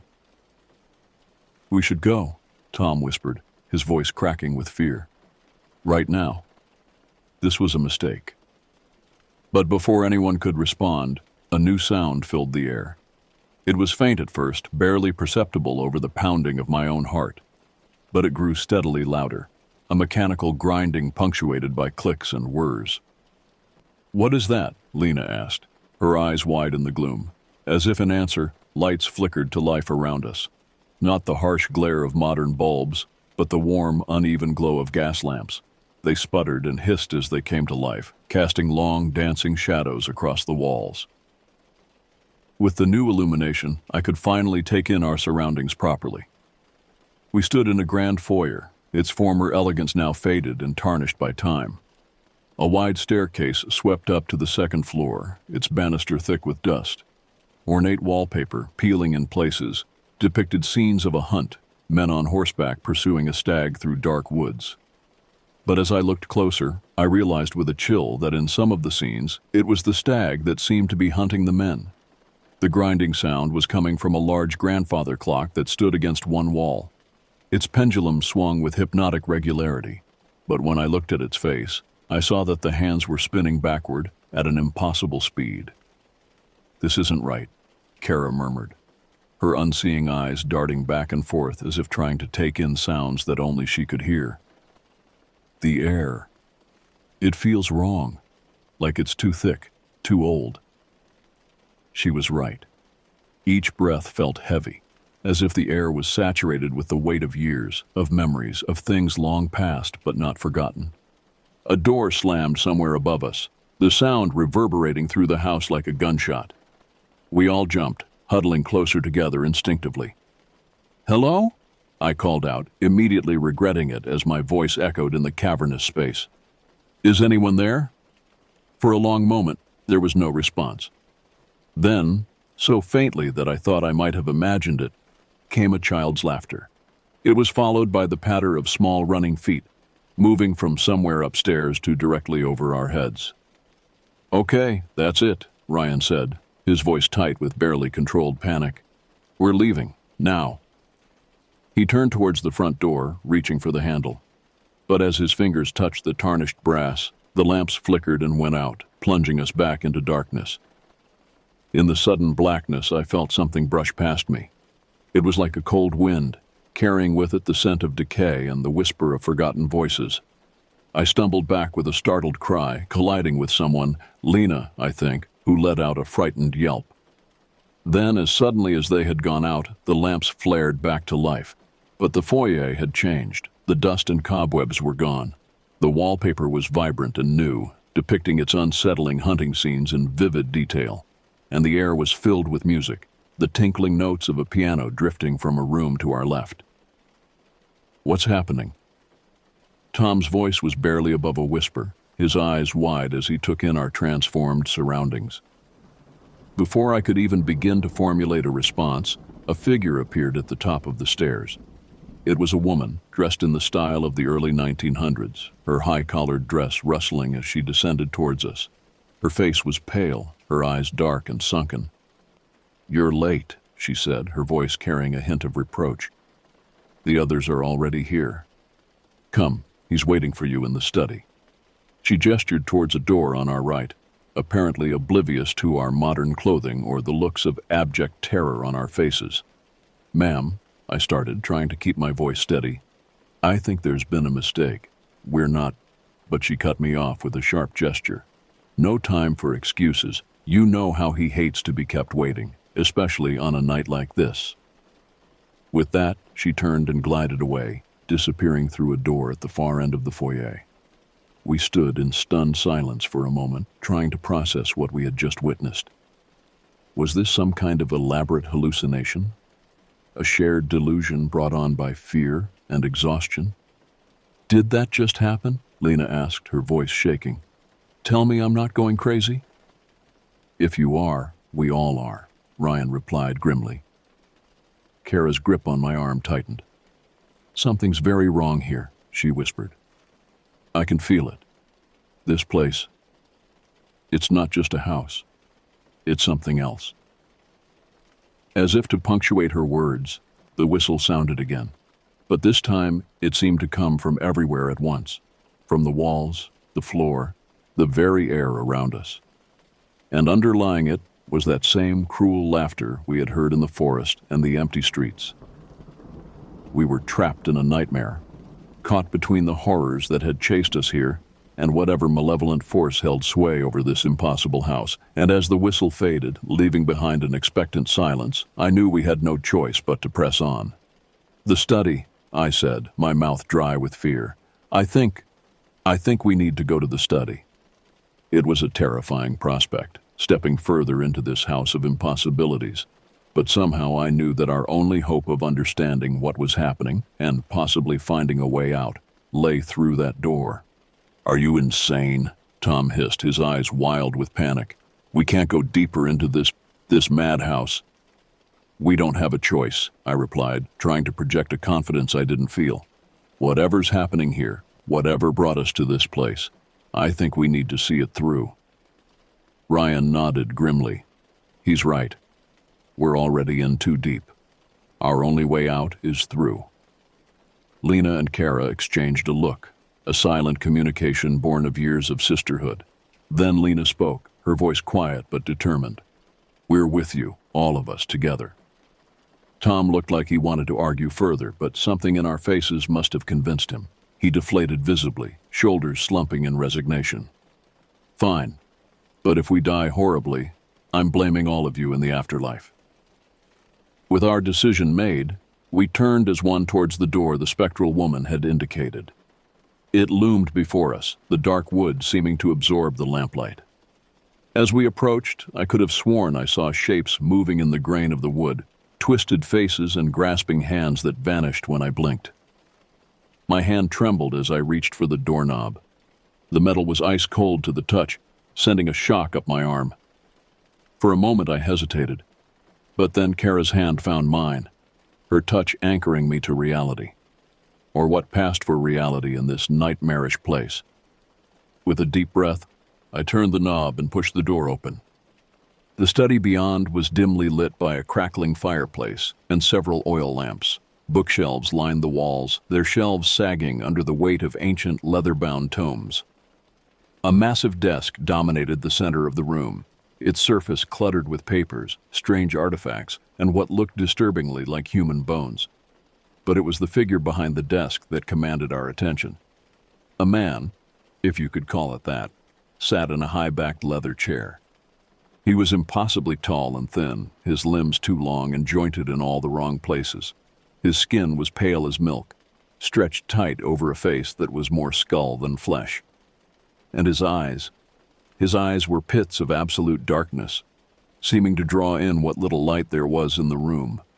When he spoke, his voice was like gravel being ground underfoot, each word sending shivers down my spine. "Ah, the final guests arrive," he said, lips peeling back to reveal teeth that were far too sharp to be human. "Please come in. We've been waiting for you." As if pulled by invisible strings, we found ourselves moving into the room. The door swung shut behind us with a finality that made my heart sink. What are you?" I managed to ask, my voice barely above a whisper. The thing behind the desk tilted its head at an unnatural angle, regarding us with those bottomless eyes. "I have been called many things over the centuries. The whistler, the night hunter, the one who walks between. But you may call me the caretaker." He gestured with a hand that had far too many fingers, indicating a group of chairs arranged before the desk. "Please sit. We have much to discuss." As we hesitantly took our seats, I couldn't shake the feeling that we were mice voluntarily walking into a trap. The caretaker's gaze swept over each of us in turn, lingering on Kara for a moment longer than the rest. "Interesting," he murmured. "One who cannot see, yet sees more clearly than most. You've brought me quite the intriguing group, my dear." This last was directed at a shadowy corner of the room, where I now noticed the woman from the foyer standing silently. "Now then," the caretaker continued, steepling his grotesquely elongated fingers, "I'm sure you have questions. Why you're here. What this place is. What I am. But before we get to that, I need you to understand something very important." He leaned forward, his face entering a pool of lamplight that did nothing to soften its horrifying features. "You are not here by accident. You were chosen, called. And now you face a choice that will determine not just your fates, but the fates of countless others. A chill ran through me at his words. I wanted to speak, to demand answers, but my voice seemed frozen in my throat. It was Kara who finally broke the silence, her unseeing eyes fixed unerringly on the caretaker's face. "What choice?" she asked, her voice steady, despite the fear I could see etched in every line of her body. The caretaker's mouth stretched into what might have been a smile on a human face. On him, it was a rictus of otherworldly glee. "Why, my dear? The choice to become like us, of course. To shed your mortal coils and embrace the night eternal. To become the hunters instead of the hunted." As his words sank in, I felt a wave of nausea wash over me. The laughter we had heard in the woods, the whistle that had haunted our steps, it had all been leading to this moment, this impossible choice. "And if we refuse?" Ryan asked, his voice tight with barely controlled anger. The caretaker's smile widened, revealing row upon row of needle-sharp teeth. "Then you become part of the hunt in a different capacity. After all, every predator needs prey." In that moment, as the full horror of our situation became clear, I realized that our ordeal in the woods had been just the beginning. The real nightmare was only just starting, and the decisions we made in this room would haunt us, one way or another, for the rest of our lives. Or perhaps, for all eternity. The silence that followed the caretaker's proclamation was deafening. I could hear the rapid, shallow breathing of my friends, smell the acrid stench of fear sweat that permeated the air. The crackling of the fire in the hearth seemed unnaturally loud, each pop and hiss making us flinch as if it were a gunshot. "This is insane," Tom finally sputtered, breaking the silence. "You can't seriously expect us to believe any of this. Eternal night? Hunters? This has to be some kind of sick joke or a hallucination or something." The caretaker's gaze settled on Tom, and I saw my friend physically recoil from those bottomless eyes. "Oh, I assure you, young Thomas, this is no joke. Nor is it a hallucination. This is reality, a deeper, darker reality than the one you've known, but reality nonetheless." A chill ran through me at the casual use of Tom's name. How did this thing know who we were? As if reading my thoughts, the caretaker's lipless mouth twisted into another grotesque smile. "I know all about you, all of you. Rebecca, the self-appointed leader, always putting on a brave face even as doubt gnaws at your insides. Kara, blind to the physical world but gifted with a sight that goes beyond the veil. Lena, fiercely protective of your sister, willing to face any danger for her. Ryan, the skeptic, always searching for a logical explanation even in the face of the impossible. And Thomas, hiding your fear behind humor, desperate to believe this is all some elaborate prank." With each name, each eerily accurate description, I felt my grip on reality slipping further. This couldn't be happening. And yet... "What exactly are you offering?" Kara asked, her voice steady despite the trembling I could feel in her body next to mine. "And what's the catch?" The caretaker leaned back in his chair, regarding Kara with what almost looked like respect. "Straight to the point. I appreciate that." He gestured expansively with one elongated hand. "What I offer is power beyond your wildest dreams. The ability to move unseen through the night, to command the shadows themselves. Strength, speed, and senses far beyond mortal limits. And yes, a form of immortality." "At the cost of our humanity," Lena interjected, her voice hard. "Humanity," the caretaker scoffed. "A fragile, fleeting thing. I offer you the chance to transcend such limitations." "And if we refuse?" Ryan asked, echoing his earlier question. The caretaker's expression darkened, the shadows in the room seeming to deepen in response to his mood. "Then, as I said, you become part of the hunt. Prey to be pursued and consumed. Your fear, your pain, your very essence feeding those who made the wiser choice." I felt sick to my stomach. The choice before us was no choice at all. Become monsters or become victims. I opened my mouth to speak, though I had no idea what I was going to say when Kara's voice cut through the heavy silence. "You're lying," she said, her unseeing eyes fixed unerringly on the caretaker's face. "Not about what you're offering, but about our options. There's something you're not telling us." For the first time since we'd entered the room, the caretaker looked unsettled. He leaned forward, those terrible eyes narrowing as he studied Kara. "Fascinating," he murmured. "You see far more than you should, little one. Perhaps too much for your own good." "What isn't he telling us, Kara?" I asked, squeezing her hand encouragingly. Kara tilted her head, as if listening to something none of the rest of us could hear. "There's a third option. Something to do with the house itself.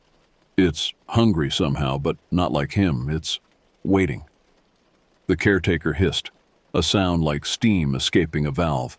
The shadows in the room writhed and twisted, and for a moment I could have sworn I saw other shapes moving within them. Elongated limbs, grasping hands, hungry mouths.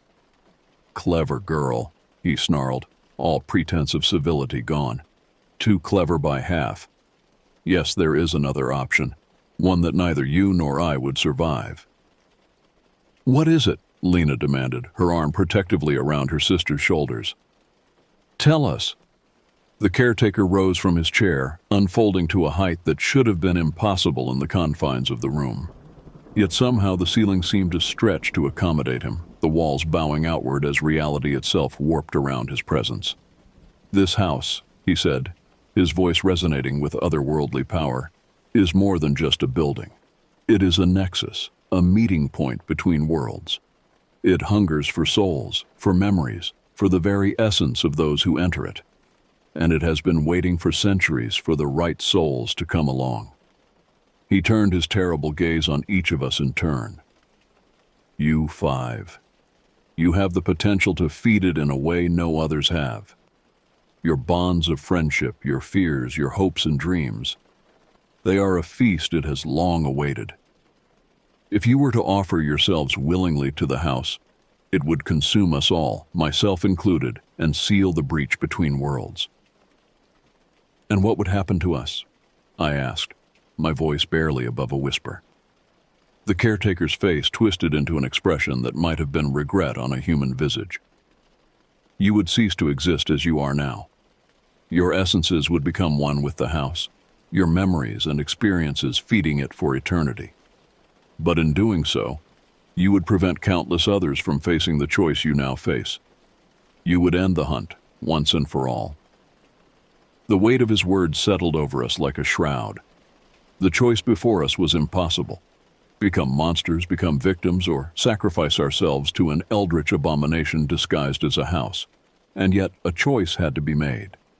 As I looked around at my friends, I saw the same realization dawning on their faces. We had come into these woods seeking adventure, seeking answers to the unknown.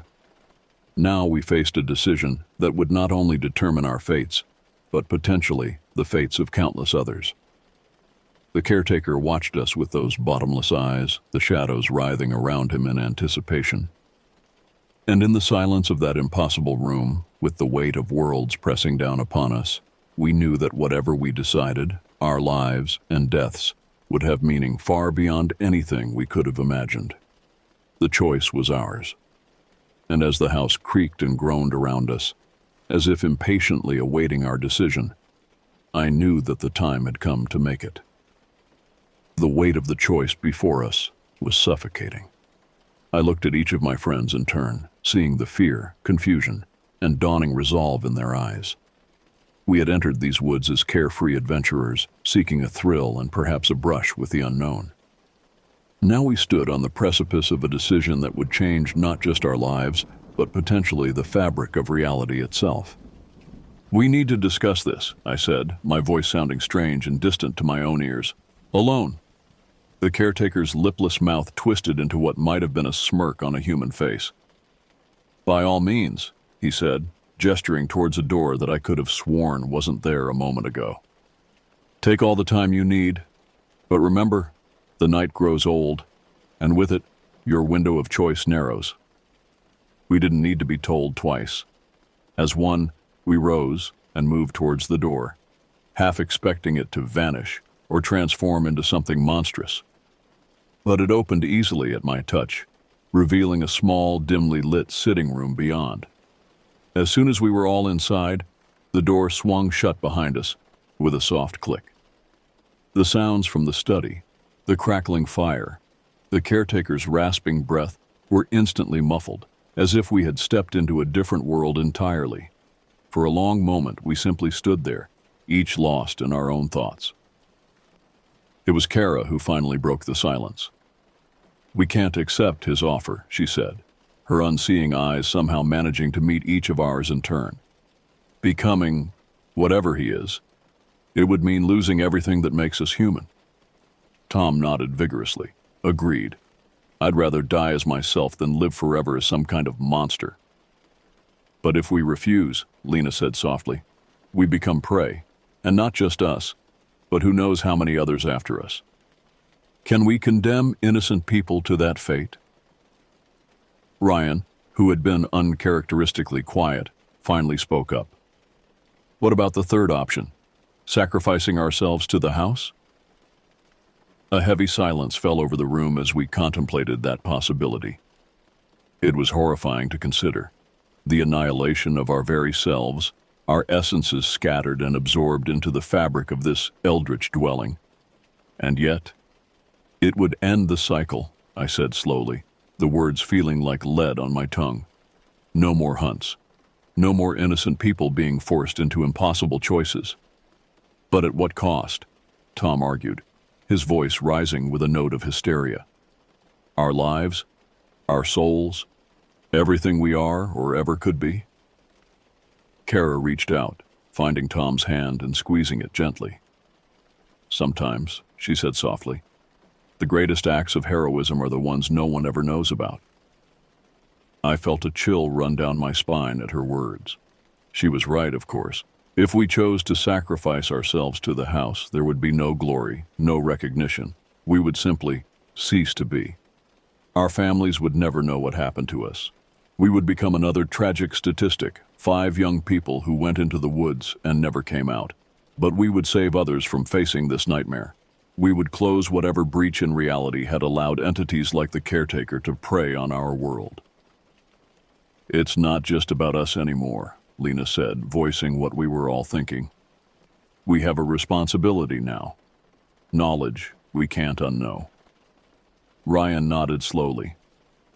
"The needs of the many outweigh the needs of the few," he quoted, a wry smile twisting his lips. "Never thought I'd be using Star Trek logic to contemplate sacrificing myself to an extra-dimensional house entity, but here we are." A laugh bubbled up in my throat, equal parts humor and hysteria. Soon we were all laughing, the sound tinged with desperation and fear, but also a strange sort of acceptance. In that moment, I knew what our decision would be. I could see it in the set of Kara's jaw, the determined glint in Lena's eyes, the resigned slump of Tom's shoulders, and the grim nod Ryan gave me. We were going to do it. We were going to sacrifice ourselves to save others. As our laughter faded, replaced by a solemn silence, I took a deep breath. "Are we all agreed then?" I asked, needing to hear it spoken aloud. One by one they nodded. Kara and Lena clasped hands. Tom straightened his spine, squaring his shoulders as if preparing for battle. Ryan met my eyes, a silent understanding passing between us. With our decision made, we returned to the study to confront the caretaker. He seemed to sense our resolve immediately, his inhuman features twisting in a mix of surprise and what might have been respect. We declared our choice to sacrifice ourselves to the house, to end the cycle of terror once and for all. The caretaker's reaction was a mix of rage and fear. He attempted to dissuade us, alternating between threats and promises of power. But our unity gave us strength, and we stood firm in our decision. As we committed to our choice, the house itself seemed to come alive around us. The walls pulsed with an otherworldly energy, and we could feel the very fabric of reality straining. The caretaker made one last desperate attempt to stop us, revealing his true form, a nightmarish amalgamation of shadow and teeth. But it was too late. The house had accepted our offer. We joined hands, forming a circle in the center of the room. As the house's hunger enveloped us, we each experienced flashes of our lives, memories, regrets, and moments of joy. We felt our very essences being pulled apart and absorbed into the structure around us. The caretaker's screams of defiance turned to terror as he too was consumed. The breach between worlds began to close, reality knitting itself back together. In our final moments of consciousness, we felt a profound sense of peace. We had faced the unknown and made the ultimate sacrifice. Though the world would never know of our choice, we had saved countless lives from the horrors we had faced. As our individual awareness faded, merging with the house and with each other, we knew that our bond, the friendship that had brought us to these woods and given us the strength to make this choice, would endure in some form for eternity. The house settled, the breach closed, and silence fell over the woods once more. To the outside world, it would seem as though we had simply vanished without a trace. But in the whisper of the wind through the trees and the play of shadows on moonlit nights, something of us would always remain, a testament to the power of friendship, sacrifice, and the courage to face the darkness, no matter the cost.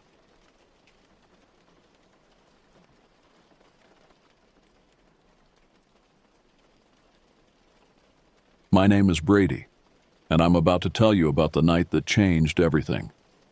It was just yesterday, but it feels like a lifetime ago.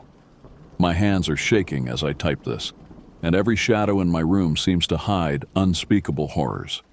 But I need to get this down to try and make sense of what happened. I'm a freshman in high school, caught in that awkward phase between childhood and adulthood. You know how it is. 1 minute you're laughing at stupid jokes with your friends. The next you're facing terrors you never knew existed. It was a Saturday, and the school year was winding down. The air buzzed with anticipation. Summer vacation was so close we could almost taste it. But there was something else in the air too, a tension I couldn't quite put my finger on. Looking back, I wonder if it was a warning, a premonition of what was to come. I have this tradition.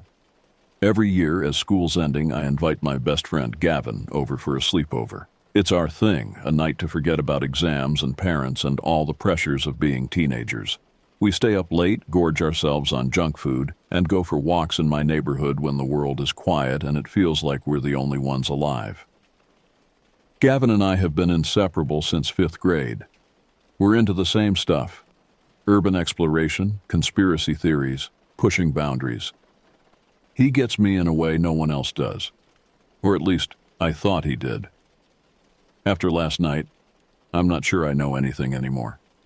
I sent him the usual text. Hey Gavin, sleepover this Saturday? The usual night walk? His response came quickly. You know it, can't wait. Simple words, normal words. How could we have known they were setting in motion events that would plunge us into a nightmare? As I put my phone down, a chill ran down my spine. It was quick, barely noticeable, but intense enough to make me shudder. For a moment, the shadows in my room seemed to deepen, to move in ways they shouldn't. I blinked, and everything was back to normal. I brushed it off as imagination, maybe excitement for the night ahead. If only I'd paid attention to that feeling, if only I'd canceled the sleepover, stayed home, stayed safe. But I didn't. Instead, I started planning for what I thought would be just another fun night with my friend. The week crawled by, each day seeming longer than the last. Strange things kept happening. Locker doors slamming shut on their own, whispers in empty hallways, glimpses of something tall and thin out of the corner of my eye. Each time I convinced myself it was nothing. Stress from exams, lack of sleep, an overactive imagination. By the time Saturday rolled around, I was a bundle of nerves disguised as excitement. My parents were cool with the sleepover. They knew Gavin well and trusted us. If only they knew what we were about to stumble into. Gavin showed up at 7 p.m., his backpack stuffed with snacks and horror movies. But there was something off about him. His smile seemed forced, his eyes darting around nervously. You okay, man? I asked as we headed up to my room. He hesitated for a moment, then nodded. Yeah, just had a weird feeling all week. Probably nothing. I felt a knot form in my stomach. He'd felt it too. But neither of us said anything more. We were tough guys after all. We didn't get spooked by weird feelings. As night fell, we settled into our usual routine. Video games, movies, enough junk food to make us sick. But there was an undercurrent of tension, a sense that something was building, waiting to break loose. Around midnight, that familiar restlessness set in. It was time for our walk. As we snuck out of the house, the cool night air hit us, carrying with it a scent I couldn't quite place. It was old, musty, like decay and damp earth. Gavin must have smelled it too. He wrinkled his nose, looking around warily. Where to tonight? I hesitated. I had an idea, one that had been forming all week. It was risky, possibly stupid, but the pull was irresistible. I was thinking, I said slowly, we could check out my old house. You know, the one in the woods? Gavin's eyes widened. The one down that creepy lane? Dude, that's like an hour's walk from here. Yeah, but think about it. We've never gone that far before. It could be interesting. There was a moment of silence. I could see the conflict in Gavin's eyes, fear warring with curiosity. Finally, he nodded. All right, he said, his voice barely above a whisper. Let's do it. And so we set off, two foolish boys walking into the unknown. With each step away from the safety of my neighborhood, the night seemed to grow darker, the shadows deeper. The air grew thick with tension, anticipation, and something else. Something ancient and malevolent. We were crossing a line, stepping into a world we weren't prepared for. And what waited for us in those woods would change us forever. As we left the familiar streets of our neighborhood behind, the world around us seemed to shift. The comfortable glow of streetlights gave way to the pale, eerie light of a moon partially obscured by clouds. The air grew colder, carrying a damp, earthy scent that made me think of graveyards and hidden things. Brady, Gavin whispered, his voice tight with tension. Are you sure about this? I wasn't. Not really. But something was pulling me forward, an irresistible force that I couldn't explain. Yeah, I lied, trying to sound confident. It'll be fine. We walked in silence, the only sounds our footsteps and the occasional rustle of wind through the trees. As we neared the old rocky lane that led to my former home, the shadows seemed to deepen, moving in ways that defied logic. The lane stretched before us, a pale ribbon cutting through fields of stubbled corn.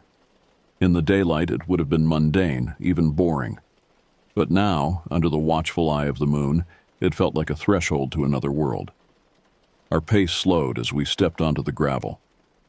Each crunch under our feet sounded like a gunshot in the stillness of the night. I felt exposed, vulnerable, as if unseen eyes were watching our every move. Do you hear that? Gavin suddenly asked, freezing in place. I stopped, straining my ears. At first there was nothing but the sound of our breathing and the faint whisper of wind. Then I heard it, a low, rhythmic sound, like footsteps, but not quite. It was as if something was dragging itself along the ground, always just out of sight. It's probably just an animal, I said, not believing my own words. We pressed on, but the sound persisted, sometimes fading away, only to return louder than before. By the time we reached the tree line at the end of the lane, we were both on edge, jumping at every snapping twig and rustling leaf. The woods loomed before us, a wall of darkness that seemed to swallow all light. As we stepped under the canopy of trees, the temperature dropped noticeably. The air became thick, almost oppressive, filled with the musty scent of decay. Brady, Gavin said, his voice barely audible, maybe we should go back. Part of me wanted to agree, to run back to the safety of my home and forget this foolish adventure, but that inexplicable pull was stronger than ever. We've come this far, I said. Let's keep going, just a little further. We pushed deeper into the woods, the path becoming less distinct with each step. The trees pressed in around us, their branches reaching out like gnarled fingers. And all the while, that strange dragging sound continued, always just behind us, always just out of sight. Then, without warning, the woods fell silent. The wind died away, leaving an unnatural stillness in its wake. Even our footsteps seemed muffled, as if the very air was absorbing all sound. That's when we heard it. A woman's scream, high and piercing, filled with terror and pain. It echoed through the trees, seeming to come from everywhere at once. Gavin and I froze, our eyes wide with horror. The scream lasted for several agonizing seconds, then abruptly morphed into something else, a deep guttural growl that no human throat could produce. It was a sound of hunger, of rage, of something ancient and malevolent. "Run!" I yelled, my voice cracking with fear. We bolted, crashing through the underbrush, branches whipping at our faces. The growl grew louder, accompanied by the sound of something large moving through the forest behind us. Whatever it was gaining on us. In a moment of panic, I glanced over my shoulder. What I saw in that split second turned my blood to ice. A figure stood among the trees, impossibly tall and thin. Its limbs were too long, bent at unnatural angles, and its eyes, two pinpricks of light that seemed to bore into my soul. We ran faster than I thought possible, our lungs burning, hearts pounding. The rocky lane appeared ahead, and we sprinted towards it, the sound of pursuit never far behind. As we burst out of the tree line onto the lane, I risked another look back. The figure stood at the edge of the forest, motionless, its eyes still fixed on us, gleaming with predatory intensity. We didn't stop running until we reached the end of the lane, collapsing onto the familiar pavement of our neighborhood streets. As we lay there, gasping for breath, the reality of what we'd experienced began to sink in. What was that thing? Gavin panted, his face pale and streaked with sweat. I shook my head, unable to form words. The image of that creature was burned into my mind, its inhuman eyes still watching me even now. We made our way back to my house in silence, jumping at every shadow and sound. Neither of us slept that night. We sat in my room, lights blazing, jumping at every creak of the house settling. As dawn broke, Gavin left, both of us making weak promises to talk later. But we both knew things would never be the same between us. We had seen something that defied explanation, something that shattered our understanding of the world. In the days that followed, we tried to rationalize what had happened. Maybe it was a prank, or a hallucination brought on by fear and exhaustion. But deep down, we knew the truth. Something was out there in those woods, something ancient and hungry. I've thought about going to the police, but what would I say? Who would believe us? So I sit here typing out this account, hoping that somehow putting it into words will help me make sense of it all. But every night, as darkness falls, I find myself staring out my window towards the woods where my old house stands. And sometimes, just at the edge of my vision, I see a tall, thin figure watching me, waiting. And I know, with a certainty that chills me to my core, that one day it will come for me. The woods are no longer just woods. They're a threshold to something darker, something hungry. And we, in our foolish curiosity, opened a door that can never be fully closed. The days following our terrifying encounter in the woods were a blur of sleepless nights and paranoid days. Gavin and I barely spoke, each of us retreating into our own worlds of fear and doubt. When we passed each other in the school hallways, our eyes would meet for a brief moment, filled with a shared understanding of the horror we'd witnessed, before quickly looking away. The nightmares started on the third night. I found myself back in those woods, the trees pressing in around me, their branches reaching out like gnarled fingers trying to grab me. And always, there was that tall, thin figure lurking just at the edge of my vision. I'd wake up drenched in sweat, my heart pounding, the echo of that inhuman growl still ringing in my ears. A week after our encounter, Gavin finally broke the silence. He cornered me after class, his eyes darting nervously around the crowded hallway. "Brady," he whispered, his voice hoarse, "we need to talk about what happened." I nodded, feeling a mix of relief and dread. We agreed to meet at the local diner after school, a public place where we felt safer, less exposed. The diner was nearly empty when we arrived, just a couple of regulars nursing cups of coffee at the counter. We slid into a booth at the far end, ordering sodas we knew we wouldn't drink. "I can't sleep," Gavin said without preamble, his fingers drumming nervously on the table. "Every time I close my eyes, I see that thing." I nodded, understanding all too well. "Me too. And sometimes when I'm looking out my window at night, I think I see it at the edge of the woods watching me." Gavin's eyes widened.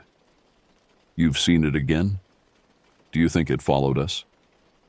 The thought had crossed my mind, sending chills down my spine every time. "I don't know. Maybe. Or maybe we're just paranoid." We fell into silence, each lost in our own thoughts. The waitress came by with our untouched sodas, giving us a concerned look before moving away. "We need to go back," Gavin said suddenly, his voice barely above a whisper. I stared at him, sure I had misheard. "What? Are you insane?" He leaned forward, his eyes intense. "Think about it, Brady. Whatever that thing was, it's real. We both saw it. We can't just pretend it didn't happen. We need answers. And you think we'll find them by going back to the place where we almost died?" I hissed, anger and fear warring inside me. "Not at night," Gavin said quickly. "During the day. It'll be safer then. We can explore, maybe find some clues about what that thing is, where it came from." I wanted to refuse, to tell Gavin he was crazy and that we should just try to forget the whole thing. But a part of me, the part that had always been drawn to mysteries and the unknown, was intrigued. And if I was honest with myself, I knew I'd never be able to move on, to feel safe again, until I had some answers. "Okay," I said finally, my mouth dry. "But we go prepared this time. And at the first sign of trouble, we get out of there. Deal?" Gavin nodded, relief evident on his face. "Deal." As we left the diner, I couldn't shake the feeling that we were making a terrible mistake. But it was too late to turn back now. We were committed to uncovering the truth no matter where it led us. The next few days were a flurry of preparation. We gathered supplies, flashlights, batteries, a first aid kit, water bottles, and energy bars. Gavin even managed to borrow his dad's old hunting knife, though the thought of using it against whatever we'd seen in the woods seemed laughable. We also did research, spending hours in the library and online, looking for any information about the area where my old house stood. Most of what we found was mundane, property records, old newspaper articles about the development of the neighborhood. But then we stumbled upon something interesting. It was an old article, buried deep in the archives of the local historical society. Dated 1923, it told of a series of disappearances in the area. 5 people had vanished over the course of a month, all last seen near the woods where my old house now stood. The article was vague on details, but it mentioned strange sounds and unexplained phenomena reported by locals at the time. "This has to be connected," Gavin said excitedly, as we huddled over the microfiche reader. "Maybe whatever took those people back then is the same thing we saw." I wasn't so sure. The idea that this entity, whatever it was, had been around for a century or more was terrifying. But I couldn't deny the coincidence. As we dug deeper, we found more unsettling information. The land had a dark history, it seemed. Native American legend spoke of it as a place of power, but also of danger. Early settlers had avoided it, telling stories of people who ventured into the woods and never returned. The more we learned, the more questions we had. What was this thing? Why had it been there for so long? And why had it revealed itself to us? The night before our planned expedition, I could barely sleep. Every creak of the house, every rustle of wind outside my window set my nerves on edge. When I did finally drift off, my dreams were filled with dark woods and glowing eyes. Morning came too soon. I met Gavin at the end of my street, both of us carrying backpacks filled with our supplies. We'd told our parents we were going hiking, a half-truth that sat uneasily in my stomach. As we set off towards the rocky lane, the bright sunlight and chirping birds seemed to mock the terror we'd experienced that night. But even in the daylight, I couldn't shake the feeling that we were walking into something we couldn't possibly understand or control. "Ready?" Gavin asked as we reached the start of the lane. I nodded, not trusting myself to speak, and together we stepped onto the gravel, the crunching under our feet sounding like a countdown to something inevitable and terrifying. The rocky lane looked different in the daylight. The menacing shadows were gone, replaced by the warm glow of the morning sun. Fields of corn stretched out on either side, peaceful and ordinary. It was hard to believe that just a week ago, this same path had been the site of our terrifying flight from an unknown horror. As we walked, Gavin kept up a steady stream of chatter, pointing out birds and plants. His voice a little too loud, a little too cheerful. I knew he was trying to keep our spirits up, to convince himself as much as me that we were just on a normal hike. But the tension in his shoulders, the way his eyes darted constantly to the tree line ahead, betrayed his true feelings. We reached the edge of the woods faster than I expected. The trees loomed before us, their canopy creating a wall of shadow that seemed to push back against the sunlight. For a moment we both hesitated, the memory of that night still fresh in our minds. "We don't have to do this," I said, giving Gavin one last chance to back out. He shook his head, his jaw set with determination. "We came this far. We need answers." Taking a deep breath, we stepped into the woods. The temperature dropped immediately, the air becoming cooler and damper.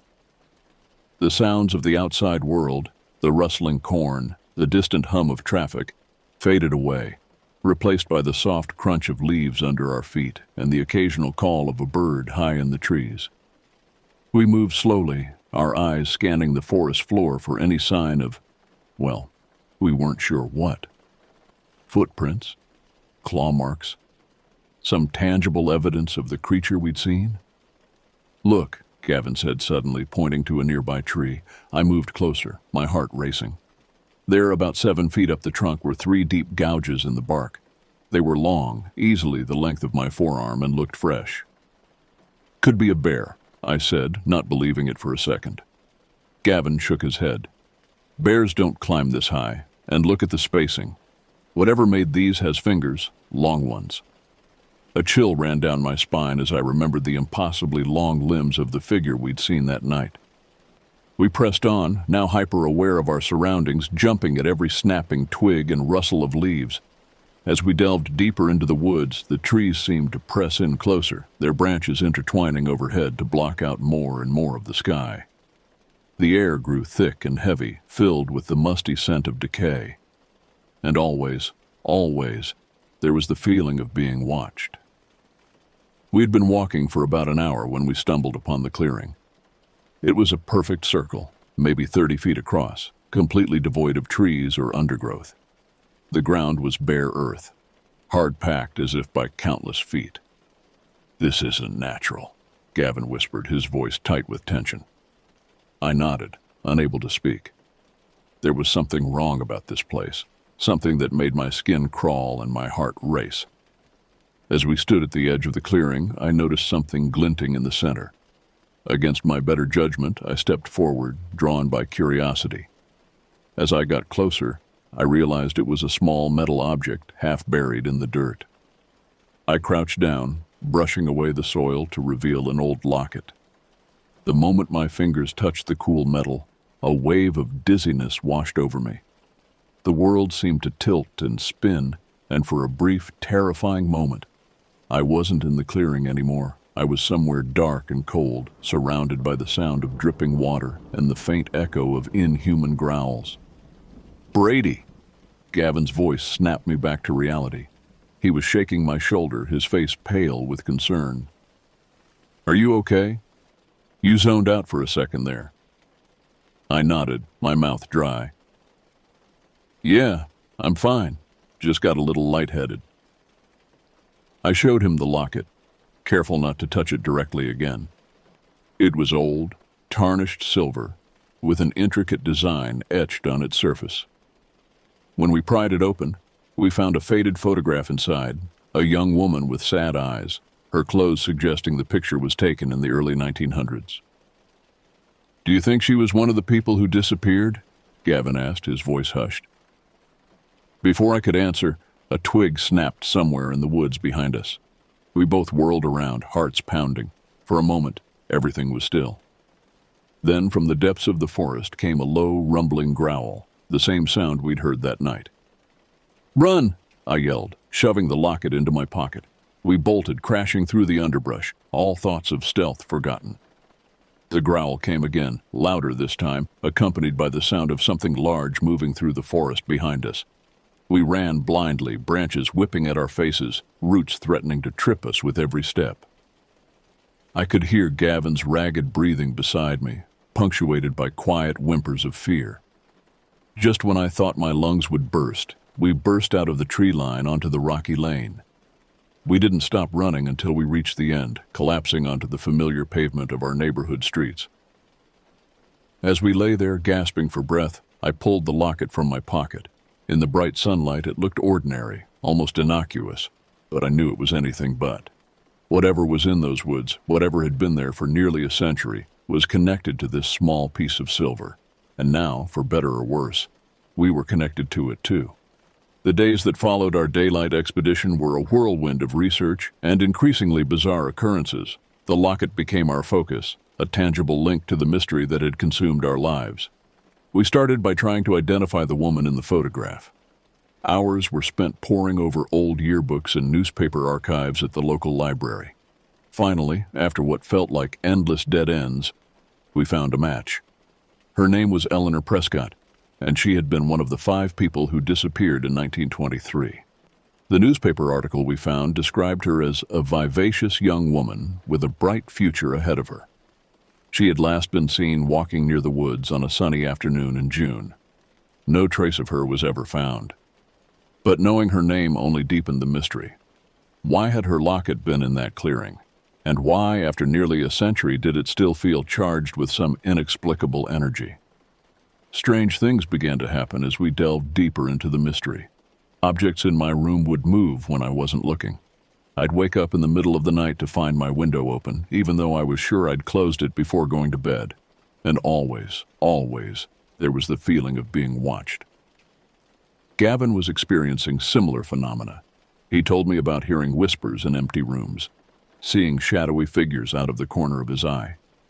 Once, he woke up to find long, deep scratches on his bedroom wall, as if something with massive claws had tried to claw its way in. We were both on edge, jumping at every sound, suspicious of every shadow. Our parents noticed our strange behavior, but we brushed off their concerns with vague excuses about exam stress. The breaking point came about a week after our expedition. I was home alone, trying to distract myself with homework, when the power suddenly went out. As I fumbled for a flashlight, I heard it. That low, rumbling growl coming from just outside my window. Heart pounding, I slowly turned towards the sound. There, pressed against the glass, was a face, but not a human face. It was elongated, with 2 sharp teeth and eyes that glowed with an inner light. For a moment, we stared at each other, predator and prey. Then, with a sound like tearing metal, it was gone. I called Gavin immediately, my voice shaking as I recounted what I'd seen. He listened in silence, then said the words I'd been dreading. "We need to go back tonight." I wanted to refuse, to tell him he was crazy, but deep down, I knew he was right. Whatever this thing was, it was escalating. We couldn't ignore it anymore. We needed answers, and we needed them now. We agreed to meet at midnight, at the start of the rocky lane. As I hung up the phone, I couldn't shake the feeling that we were walking into a trap. But what choice did we have? As I prepared for what might be our final confrontation with the entity from the woods, I found myself thinking about Eleanor Prescott. Had she felt this same mix of terror and determination as she walked into those woods nearly a century ago? Had she known what awaited her? I tucked the locket into my pocket, its weight a constant reminder of the stakes we were facing. Whatever happened tonight, I silently promised Eleanor we would uncover the truth. We would put an end to this century-old mystery, one way or another. Midnight found Gavin and me standing at the beginning of the rocky lane, our flashlights casting weak beams into the darkness ahead. The night was unnaturally still, no breeze stirring the leaves, no animals calling in the distance. It was as if the whole world was holding its breath, waiting to see what would unfold. "Are you sure about this?" I asked, giving Gavin one last chance to back out. He nodded, his face pale but determined in the moonlight. We need to end this, Brady, one way or another. Taking a deep breath, we stepped onto the lane. The crunch of gravel under our feet seemed unnaturally loud in the silence. With each step, the woods loomed closer, a wall of darkness that seemed to push back against our flashlight beams. As we neared the tree line, I felt the locket grow warm in my pocket.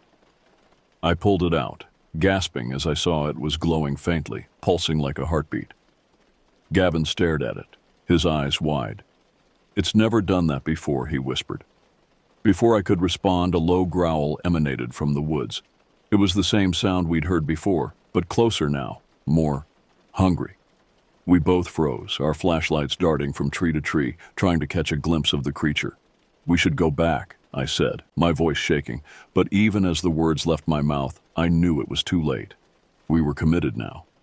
We stepped into the woods, the trees immediately closing in around us.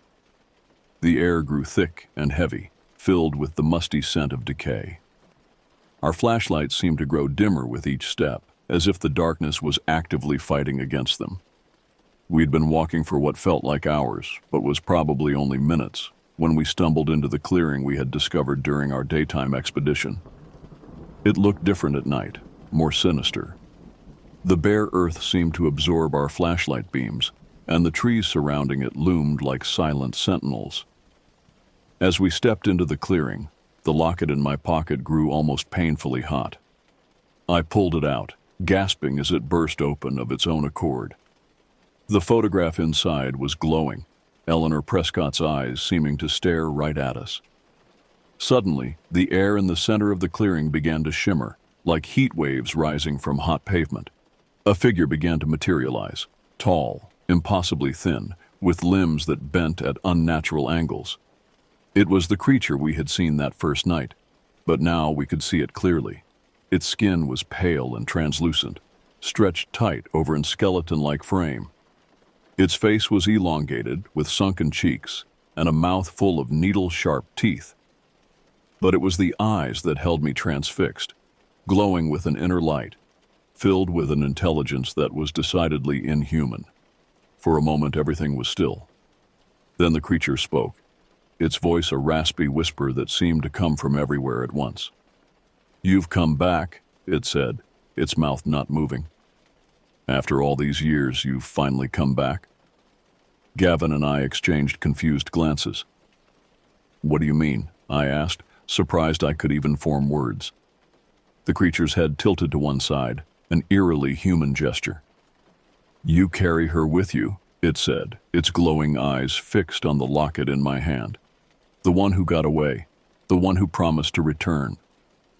With a jolt, I realized it was talking about Eleanor Prescott. She escaped from you?" I asked. A sound that might have been a laugh escaped the creature's throat. "Escaped? No. She made a bargain, her freedom for a promise, that she would return with others, that she would feed me." Horror washed over me as the implications of its words sank in. Eleanor hadn't been a victim. She had been an accomplice. She had led others to this creature over the years, sacrificing them to maintain her own freedom. "But she grew old," the creature continued, its voice tinged with what might have been sadness. "She died before she could fulfill her promise, and I have waited hungry for so long." It took a step towards us, its movements jerky and unnatural. "But now you're here. You've brought her back to me, and you will take her place." Gavin and I backed away, our hearts pounding. "We didn't make any bargain," Gavin said, his voice shaking. "We don't owe you anything." The creature's mouth stretched into a grotesque approximation of a smile. "You came into my woods. You woke me from my slumber. The bargain has already been made." It lunged forward with incredible speed. I felt a searing pain in my arm as its claws raked across my skin. Gavin yelled, swinging the flashlight like a club, but it passed right through the creature as if it were made of smoke. We turned to run, but the trees at the edge of the clearing had moved, forming an impenetrable wall. We were trapped. As the creature advanced, I felt the locket pulse in my hand. On instinct, I held it up, and a beam of brilliant white light burst forth, illuminating the clearing. The creature shrieked, recoiling from the light. In that moment, I understood. The locket wasn't just a keepsake. It was a weapon, imbued with whatever power Eleanor had used to strike her bargain. "Gavin," I shouted, "the locket. We need to destroy it." He looked at me like I was crazy. "What? Why?" "It's the source of its power," I said, dodging another swipe from the creature. "If we destroy it, maybe we can end this." Gavin nodded, understanding dawning in his eyes. He reached into his backpack, pulling out the hunting knife his dad had lent him. The creature, realizing our intent, let out an ear-piercing shriek and lunged for us. But I was ready. I held up the locket, the beam of light holding the monster at bay. "Now, Gavin!" I yelled. With all his strength, Gavin brought the knife down on the locket. There was a blinding flash of light, a sound like 1,000 screams, and then silence. When my vision cleared, the creature was gone. The trees at the edge of the clearing had returned to their normal positions, and the locket lay on the ground, split in two. The photograph inside turned to ash. We stood there for a long moment, breathing heavily, unable to believe what had just happened. Then, without a word, we turned and ran, not stopping until we had left the woods far behind us. The days that followed our confrontation in the woods were a blur of sleepless nights and paranoid days. We told no one about what had happened, knowing that no one would believe us. How could we explain a century-old bargain, a creature that defied explanation, and a locket that held both doom and salvation? Slowly, life began to return to normal. The nightmares became less frequent, the feeling of being watched faded. But we were changed, irrevocably. We had glimpsed a world beyond our understanding, faced a horror that most people couldn't even imagine. We never went back to those woods. But sometimes, on dark nights when the wind whispers through the trees, I find myself thinking about Eleanor Prescott. I wonder about the bargain she made, about the lives she sacrificed to maintain her freedom. And I wonder if, somewhere out there, the creature is still waiting, still hungry. Gavin and I don't talk about that night much anymore, but there's an understanding between us, a shared secret that binds us together. We know that the world is stranger and more dangerous than most people realize, and we know that sometimes the only way to face the darkness is to step into it, armed with nothing but courage and the hope that light will prevail. As I sit here writing this account, I can't help but feel that our story isn't over. The locket may be destroyed, the creature vanquished, but the mystery of those woods remains. What other secrets are hidden in the shadows of our world? What other bargains have been struck? What other horrors await discovery? I don't know if I'll ever have the courage to seek out those answers. But I do know this. The night we crossed the line, the night we faced the unknown, changed us forever. And somewhere, in the depths of those dark woods, something is waiting. Waiting for the next foolish adventurers to stumble into its domain. Waiting to strike another bargain. And so I leave you with this warning. Be careful where you wander. Be wary of the shadows. And if you ever find yourself on a long, rocky lane leading into dark woods, turn back. Turn back before it's too late.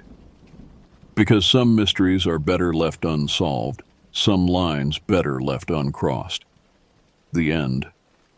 Or is it?